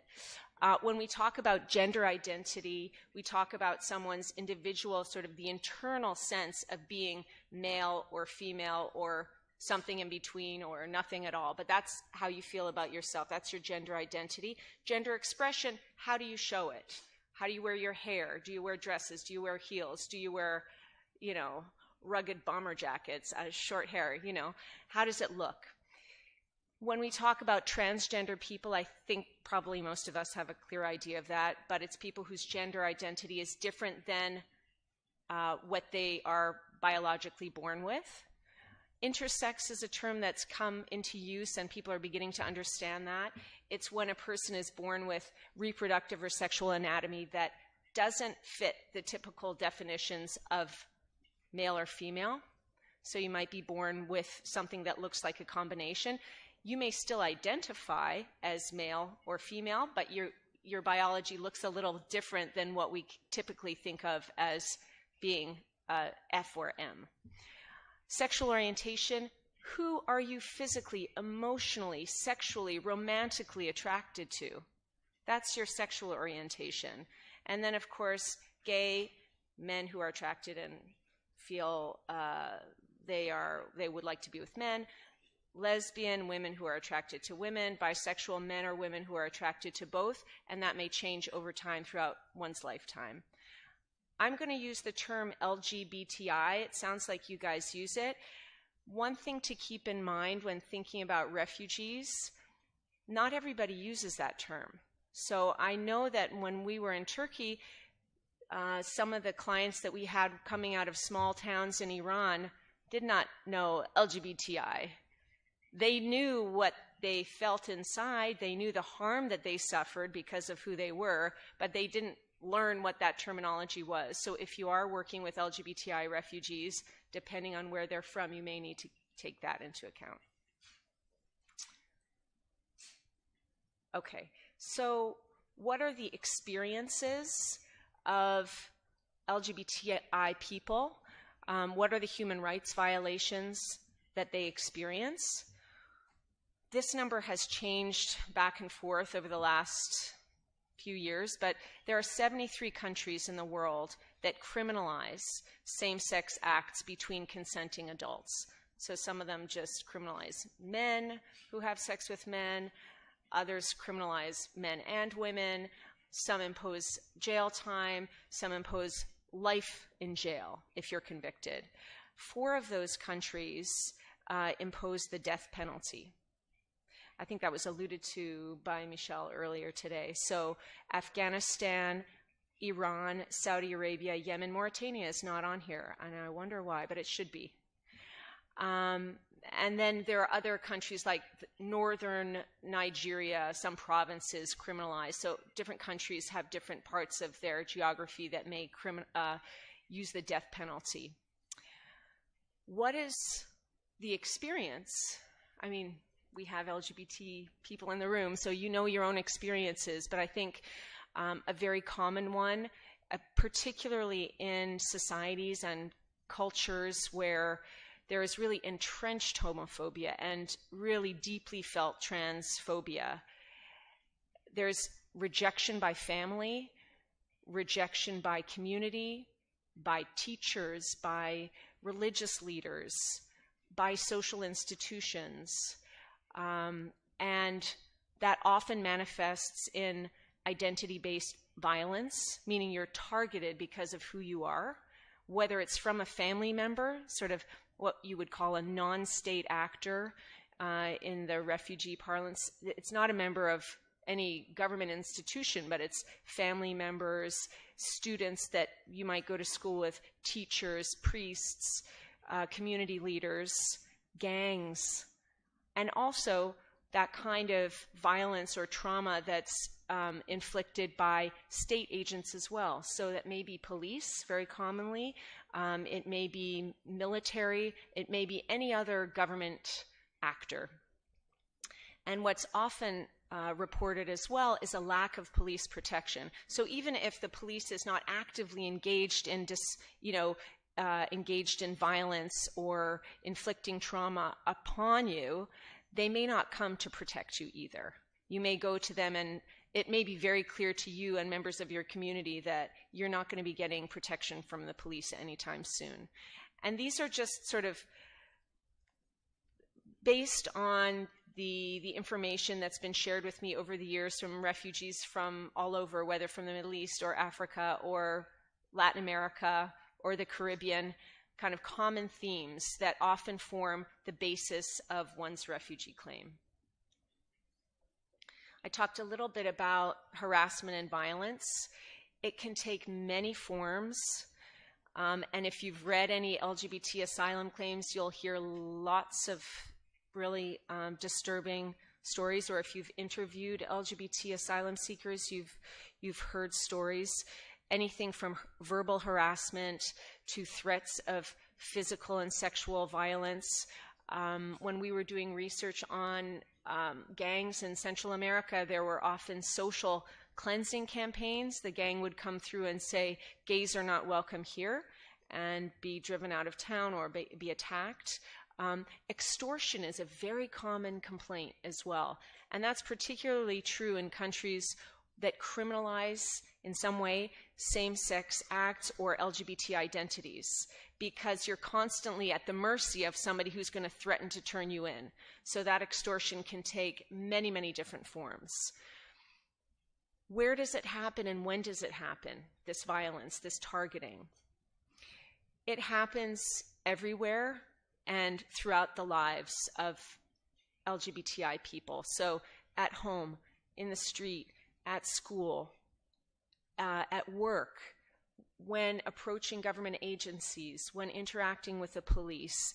And it's from as soon as you're identified by a family member as being different to your whole life and being an older person who has to deal with that. So it's a lifelong experience. It's also constantly present through the migration cycle.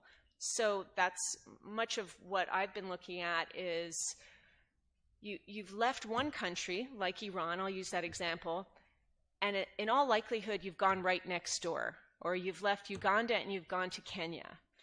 And right next door is pretty bad too. It may not have the death penalty, but it's not a welcoming place for LGBT refugees either. And so then you're faced with a kind of double or triple marginalization because you're not a citizen, you might not speak the language, you're gay or LGBT, some other identity. You don't have a diaspora community that you can rely on. So, Congolese refugees that I've spoken to about moving to Uganda or Kenya will say, look, I know my community is here. Nobody's putting me up for the night. Nobody's giving me a job.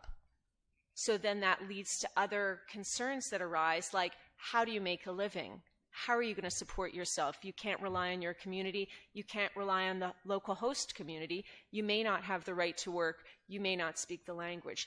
How do you survive if you're also facing tremendous threats at home? So it's something that often follows LGBTI refugees throughout that migration cycle of home, on the way, arriving, and then maybe even going back.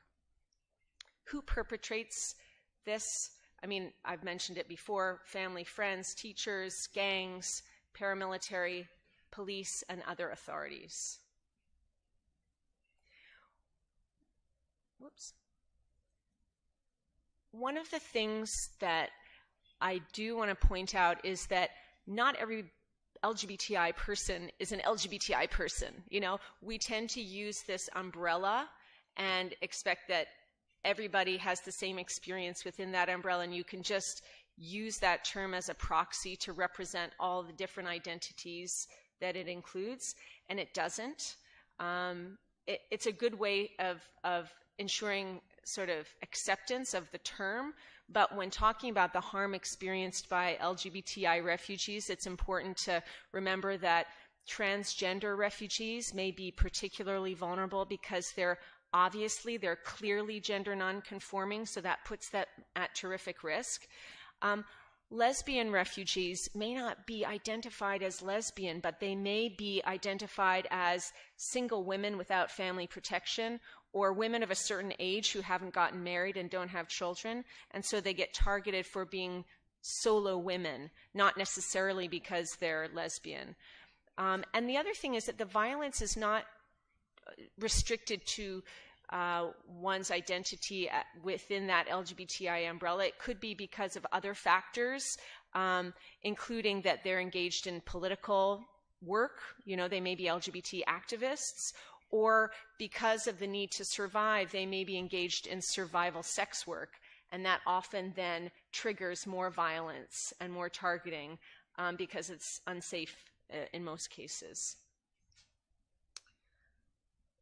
Okay, let's take a break and change gears completely. That's kind of a big backgrounder. And move now into U.S. asylum procedures and some of the challenges there. And then I'll come back around and try to link these pieces together.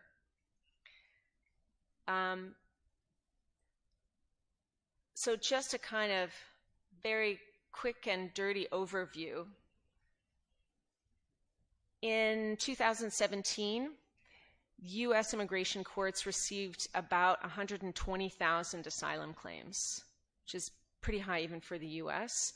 And these were from asylum seekers facing deportation, which was 4 times the number that they had received just 5 years before. There are now 311,000 asylum cases pending adjudication and 750,000 cases pending immigration decisions. So by the end of 2018, it's projected there will be more than, or almost 1 million pending immigration cases in the United States, which is tremendous, particularly because it's pretty clear that the judiciary and other employees that are needed to help make that system run are not being resourced by the current administration. They estimate that maybe 5% of asylum seekers are LGBTI. Not all of them are making claims on that basis, right? So you could be fleeing for political reasons or because of your tribe or religion, and you may also be gay. But there's an estimate out there that about 5% are, which would mean about 15,000 LGBT asylum seekers. In the U.S. right now, the top nationality for asylum claims is Venezuelans, which is new. It's a lot of people. And those are the folks that have been resourced enough to make it to the United States in some way or another. But that's followed by China. They've always had a lot of asylum claims in the U.S., and then many from Central America. What is the asylum process? There have been lots of references to, Canada not jailing asylum seekers, but the U.S. likes to do that. So that's kind of a big part of the asylum system. Currently, it takes 6 months to many years to make it through the process. Because of that huge backlog, there's been a recent flip in policy. So it used to be that you waited your turn, first in, first out. And they've recently introduced a sort of last in, first out policy, basically to address the fact that there were concerns that people were making fraudulent asylum applications in order to game the system so that they could get work permits. It takes 6 months in the asylum system to get a work permit. And the implication is that some of those older cases are going to be sitting for many, many, many more months or years, and some of the new cases are being decided immediately without people having an opportunity to access legal assistance. So it's really throwing a wrench in the system, and I think part of the challenge with such a slow process for some asylum seekers is that they're not eligible for public benefits while they're waiting. And it does take 6 months in order to get a work permit. So when we think about LGBT asylum seekers, it means that there have been a lot of reports of homelessness of LGBT asylum seekers, poverty, and other challenges associated with sitting and waiting. Okay, we know the current administration in the U.S. has really targeted immigrants in general and asylum seekers in particular, and it's played out in a number of ways recently that have been coming at us really fast and furious, and advocates in the U.S. are doing what they can to try to respond to the situation. But it's been extremely challenging. These last 2 years have been a radical change in the way that asylum and refugee issues are being handled in the U.S. So one of the first pieces that has had a really big impact is that in May of 2018, and you guys have seen the coverage of it, there was a zero tolerance policy that was put into place in the U.S. to criminally prosecute anyone who is crossing the border without authorization, and it involved separating families. So that's when we saw this summer the huge public outcry about the separation of families at the border, and images of children being ripped apart from family members and basically lost in the shuffle of the child protection system that took weeks and months to try to resolve. And there are still, I don't know what number is left, but there are still some kids who have not yet been reunited with their family members. The other big and important piece that has a huge impact on Central American asylum claims and potentially on LGBT asylum claims is that the then Attorney General Jeff Sessions ruled that cases claims that are brought by aliens that pertain to domestic violence or gang violence perpetrated by non-governmental actors will not qualify for asylum. We know that so many of the asylum claims coming from the northern Central America are based exactly on those two claims. People who can't get protection from intimate partner violence, they can't go to the police and get any kind of protection, and the impact of the gangs in the region that has really destabilized the entire region. And what this means is that none of these cases are getting through anymore. And so that's led to a huge increase in the percentage of cases that are being rejected. I haven't anecdotally seen that it's had a big impact on LGBT cases, but we know that many, many of those cases are based on violence and discrimination and persecution by non-state actors. And so there may be a point where LGBT asylum cases get caught up in that negative inference about non-state actors cannot actually persecute you. The asylum claim denials have hit now a record high of 65%. So that's about 50% greater than the rate about 6 years ago. So if the policy was to keep people out, and that was pretty clearly part of this administration's policy, it has been fairly effective at this point. And that's not including the whole discussion about resettlement to the U.S., which I'm happy to discuss, and that's also been affected very seriously. Another piece that's been just really is very recent is that ports of entry have been limiting the numbers that are admitted on a daily basis. So you're seeing at the northern border of Mexico and southern border of U.S. that people are just pooled at the border waiting to be called in. The mayor of Tijuana called it a humanitarian crisis and has called for international assistance with the arrival of the so-called caravan and many others who are trying to make claims in the U.S. And then that creates huge backlogs. And many ports of entry are being closed in Texas now in order to shift the capacity of staff to the California side where Tijuana hits San Diego. So even though there have been troops sent to the border, 5,000 troops were sent to the border by the Trump administration, somehow they can't actually affect the effectiveness of the asylum system. They're there to protect the border. They're not actually there to improve the efficiency of the asylum system, of the screening system. Another big challenge that's looming is that the administration would like Mexico declared a safe third country.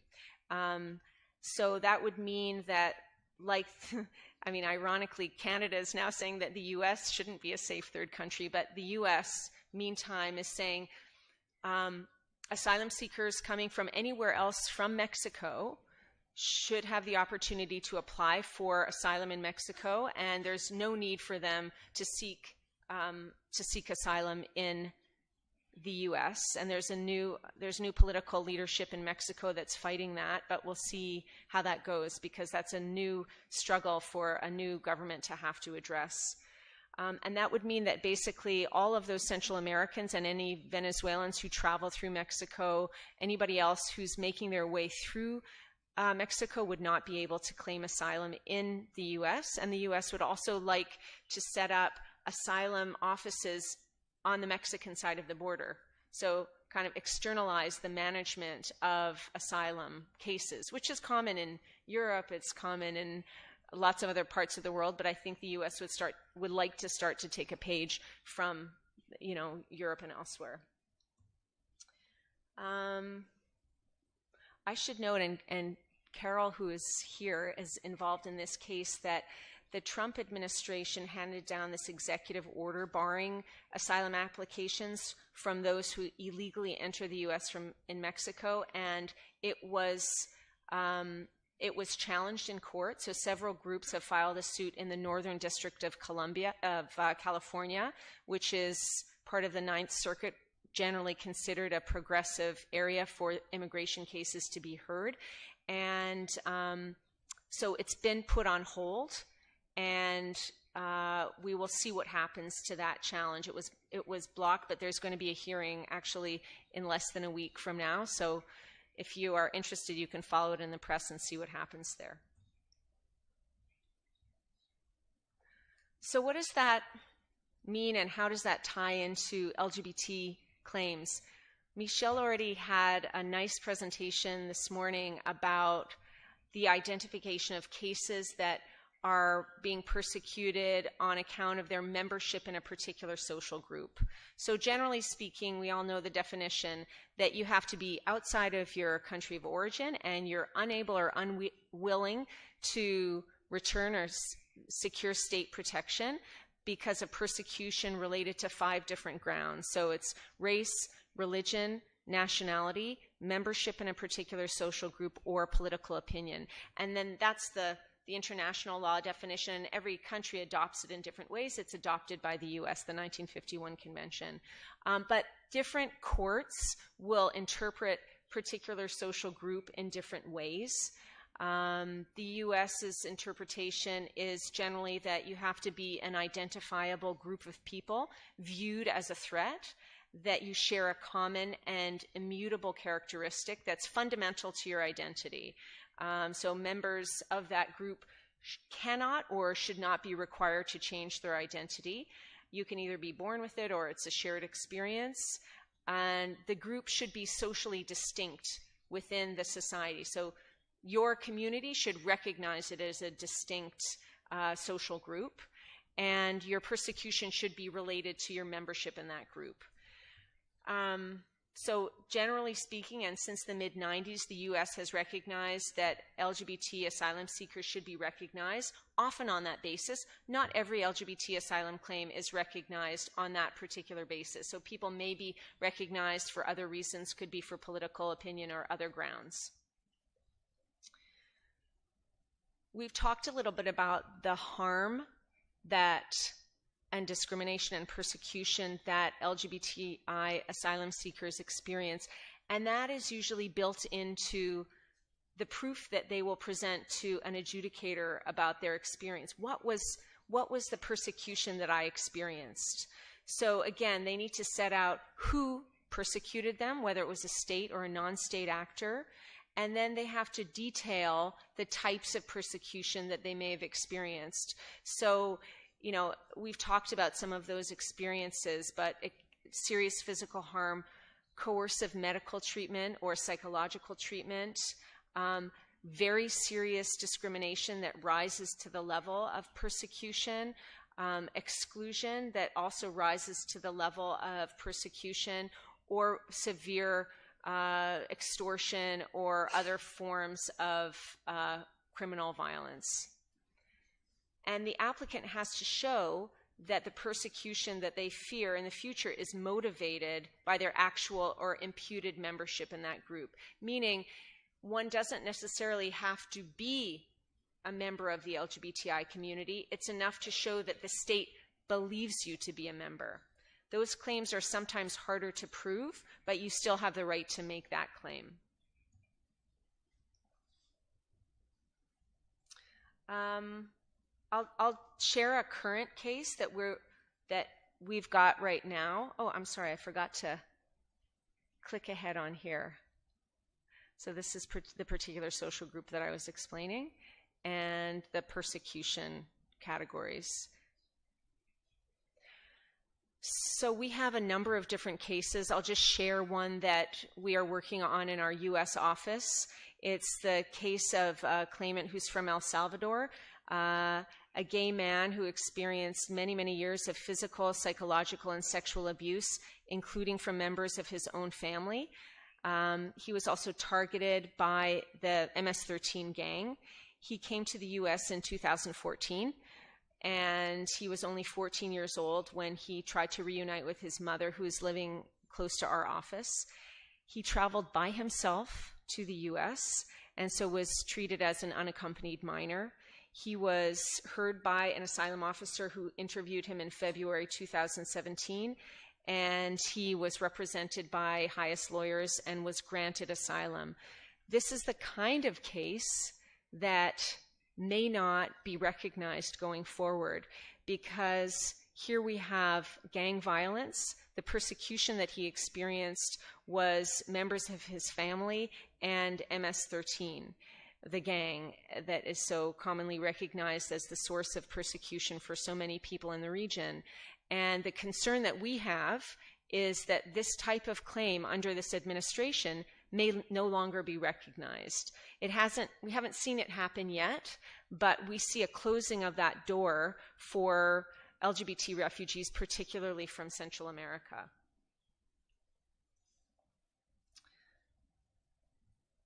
So here are some of the cases that are really the watershed cases in U.S. asylum policy over the last 2 decades or so. I think I'll go through some of them, and then if you're interested in a longer list, I'm very happy to share them with you. The real big case is the first one on the list, which is this matter of Toboso Alfonso. And this case was originally decided in 1990, and then it was designated as precedent in 1994. So we're now a little more than 20 years old. But it gives you a sense of when LGBT asylum cases came onto the radar in U.S. asylum law.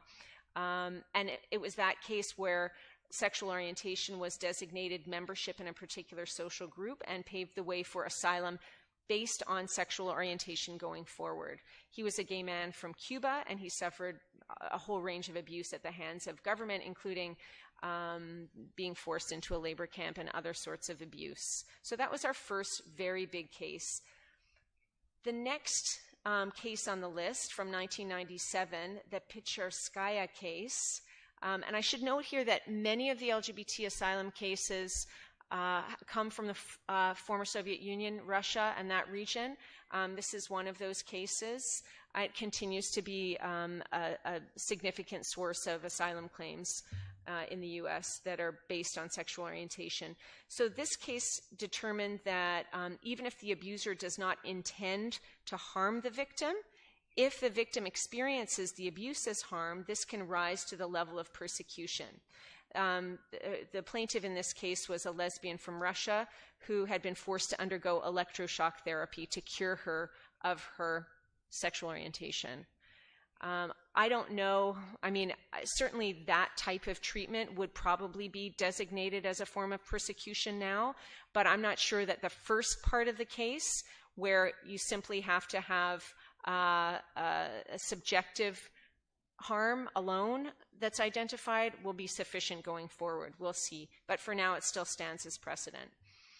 The next case down found that it's possible to proceed with asylum based on persecution on account of imputed membership in a social group.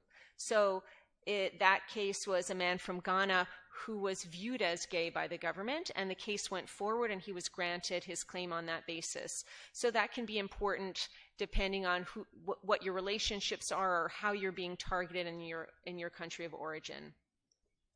The Karuni case from 2005 says that, the quote is kind of uses old language, but all alien homosexuals are members of a particular social group, and found that he'd established a well-founded fear of future persecution, which is important. So it reinforces that old case from 1994, but it was a critical decision in moving forward the discussion of future persecution on the basis of sexual orientation.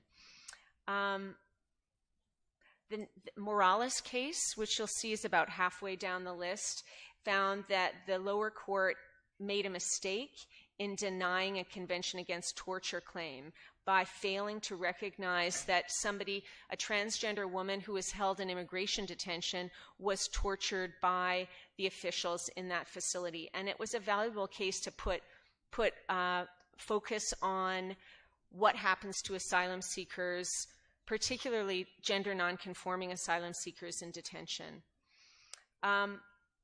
There are a number of other cases on this list here, and rather than keep on going through, I'll just say that one of the real concerns here, and I've mentioned it before, is that while there are these excellent precedents from starting as far back as a little more than 20 years ago, we really are concerned about how courts are going to be looking at LGBT asylum cases because of this new interpretation of non-state actor violence. If we're in a position that going forward that precedent is applied more broadly and there's a question mark, then many, many asylum seekers who are LGBT will not be able to access that protection. And then I'll just conclude with some of the key procedural challenges faced by LGBT asylum seekers. In addition to challenges around detention, which include abuse by inmates and staff, lack of access to medication, hormones for people who are transgender, and other sorts of violation in detention, there are serious concerns that remain about the interviewing of LGBT asylum seekers, and that is consistently identified as a problem, whether it's that there's a lack of a creation of a safe space for asylum seekers to disclose information about their experiences, or their incorrect assumptions. You're not feminine enough to be a gay man, or what have you. That still is something that asylum adjudicators have trouble with. Or there's many, many detailed questions about past sexual experience. I think I'm going to leave it there, but suffice it to say that we're concerned about the direction that the current political environment will have for LGBT asylum claims, and ongoing concerns about the procedural handling of those claims in the U.S. Here we go.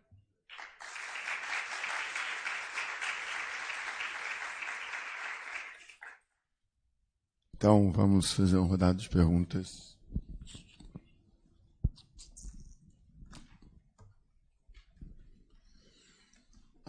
I was wondering if you could address the questions of the réfugiés sur place, the people who have been living in the United States that discover their sexuality while in the United States and fear persecution should they return. My understanding is that there's usually a 1-year rule to ask for asylum.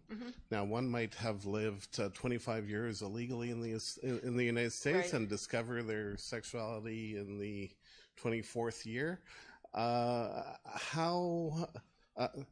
Not to mention that if they come from a country where the persecution is usually the form of a cumulative discrimination, do they stand a chance to have a successful asylum claim in light of the fact that they didn't respect the 1-year rule, in light of the fact that they are fearing a cumulative discrimination that they haven't lived in their own country? How does the United States deal with that? Yeah. Sure.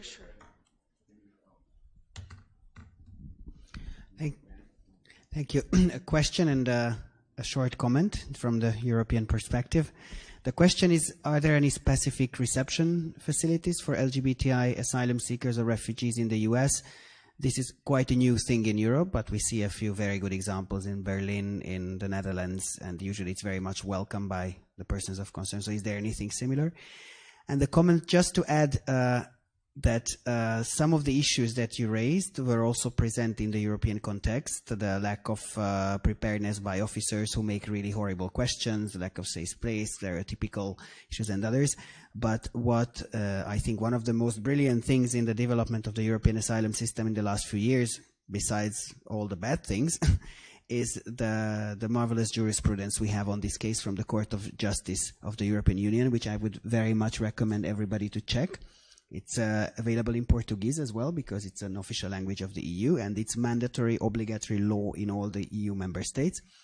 There are 3 judgments which have the fantastic names of XYZ, ABC, and F. These are the 3 cases. I'm happy to share them. And actually, the F case was from this year, and it was litigated by my own organization, so we are very proud of that. And they also came up with some very important principles. First of all, that the criminalization of homosexuality can be enough in a country to consider as a risk of persecution, even if it is not applied rigorously. Just because of the existence of this threat that you can go to prison, it creates such a hardship that it's enough to become a refugee. For example, for the fact-finding and the evidence assessment, issues like no stereotypical questions or presumptions, like the fact that you as a lesbian cannot identify as a mother. This is used, unfortunately, it's used as an argument. This is absolutely not valid, and it's discriminatory, and it's a human rights violation in itself. No questions about sexuality, so this is also very common. No testing through medical means. We had the famous fallometry tests in the Czech Republic and Slovakia. In Hungary, we had psychological projection tests, which are not inhuman, but they are completely unscientific. So that's what we managed to get rid of this year. And several other important principles. Probably the last one to mention is the right to a difference, the kind of discretion argument was also excluded. So saying that, okay, we accept you are gay, we accept you may risk persecution, just don't tell it anyone, and you will all be fine. That was an argument used in several countries, and now it's completely made illegal. And interestingly, not just for LGBTI claims, but also for religious claims in another case, that you just cannot be asked to be discreet. You have the same right to live your sexuality and relationship as any other person in your country of origin. So that's really brilliant, and please check them. It's probably a bit inspiring after lots of gloomy information. Thank you.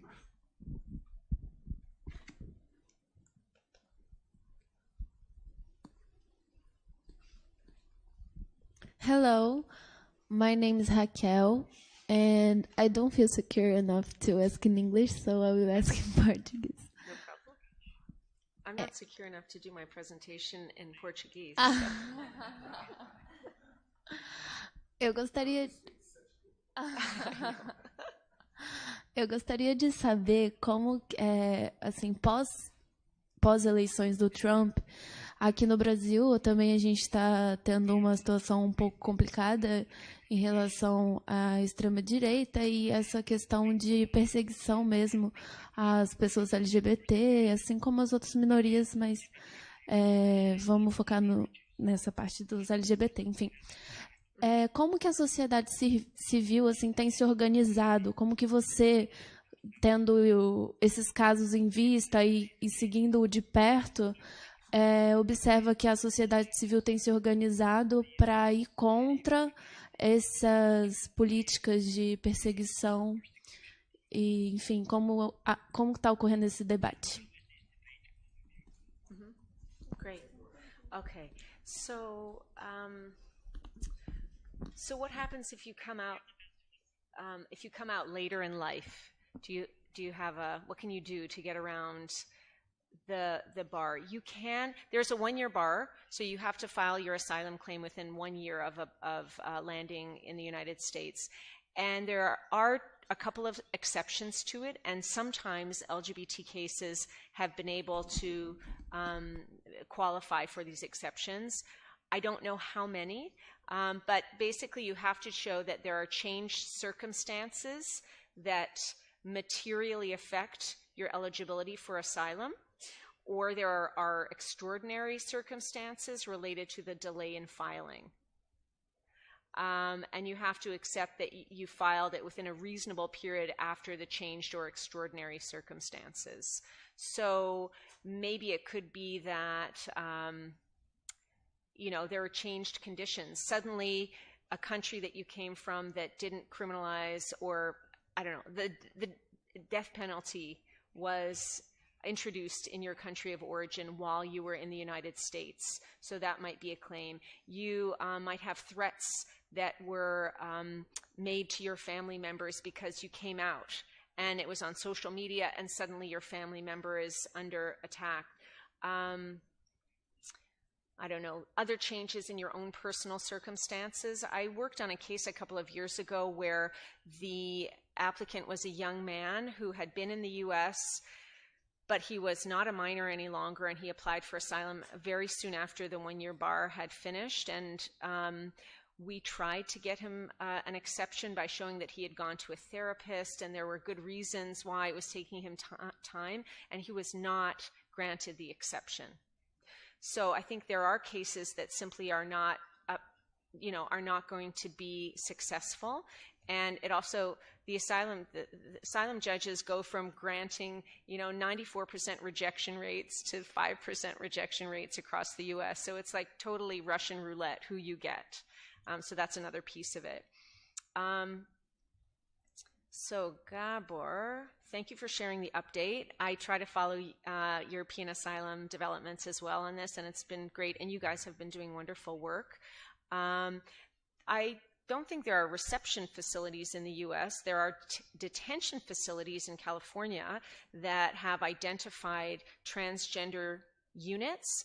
Unfortunately, we have a case of a transgender immigrant, an asylum seeker who just died in that facility and whose case is being pursued by Immigration Equality right now because after an autopsy, although the allegation was that she had complications related to HIV, there was massive soft tissue damage that would show that she was beaten up in that facility. So I don't know how safe those facilities are.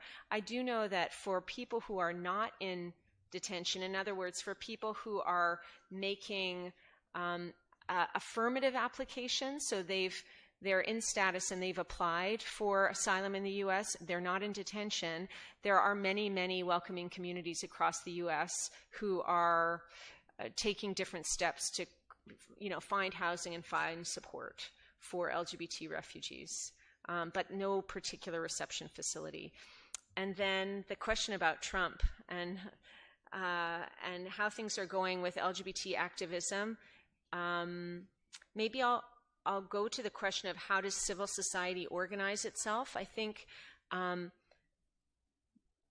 things have changed with regard to LGBT rights and attitudes in the U.S. dramatically and very quickly over the last 20 years. And part of that work has been because of civil society and the very smart political approaches that were taken by LGBT activists and allies over that period of time. One of the big fights was for marriage equality, and that fight was won in the courts under the last administration. And I felt that the result of that was that there was suddenly new interest in what was going on with LGBT human rights violations around the world. There was such a focus on marriage equality as standing for something broader, which was full inclusion in society. Who marries anymore anyway? But that was, that works in the U.S., right? But that was the strategic choice that was taken and was won. And there are tremendously strong civil society groups that grew out of that and that have shifted attitudes radically so that the next generation, kids in school, when I went to school, not a soul was an out gay trans person. Zero. Exactly zero in progressive Canada. And now my daughter, I feel like, everybody is gay, she says. It's just normal. Everybody is trans or has, gay parents, or it's just, I mean, maybe that's an urban experience, and I don't want to say that's replicated throughout the country, but in places where there's room for progressive and inclusive societies of LGBT identities, it's really grown massively. There has been definitely a rollback under this administration. You'll see some coverage about, you know, everyone's obsessed with transgender women going into male bathrooms, so the bathroom rule is kind of under attack. And there generally has been discussion of Trump tried to kind of reverse the rights of LGBT people in the military, and he didn't quite get as far as he wanted, but that will come back around again. So it will be coming back, just as it fits into the broader narrative of the other and how they're eroding traditional values. So it certainly is coming back around, and I think it will bubble up in new and creative ways as we move ahead. But luckily there is quite a strong civil society that is quite well organized and very smart and strategic. So there are lots of ways of trying to confront that. And it is, as more and more right-wing politicians and generally traditional or kind of conservative communities have out sisters and kids and cousins and friends and coworkers, it becomes kind of a bipartisan issue, and there's support, you know, across the aisle.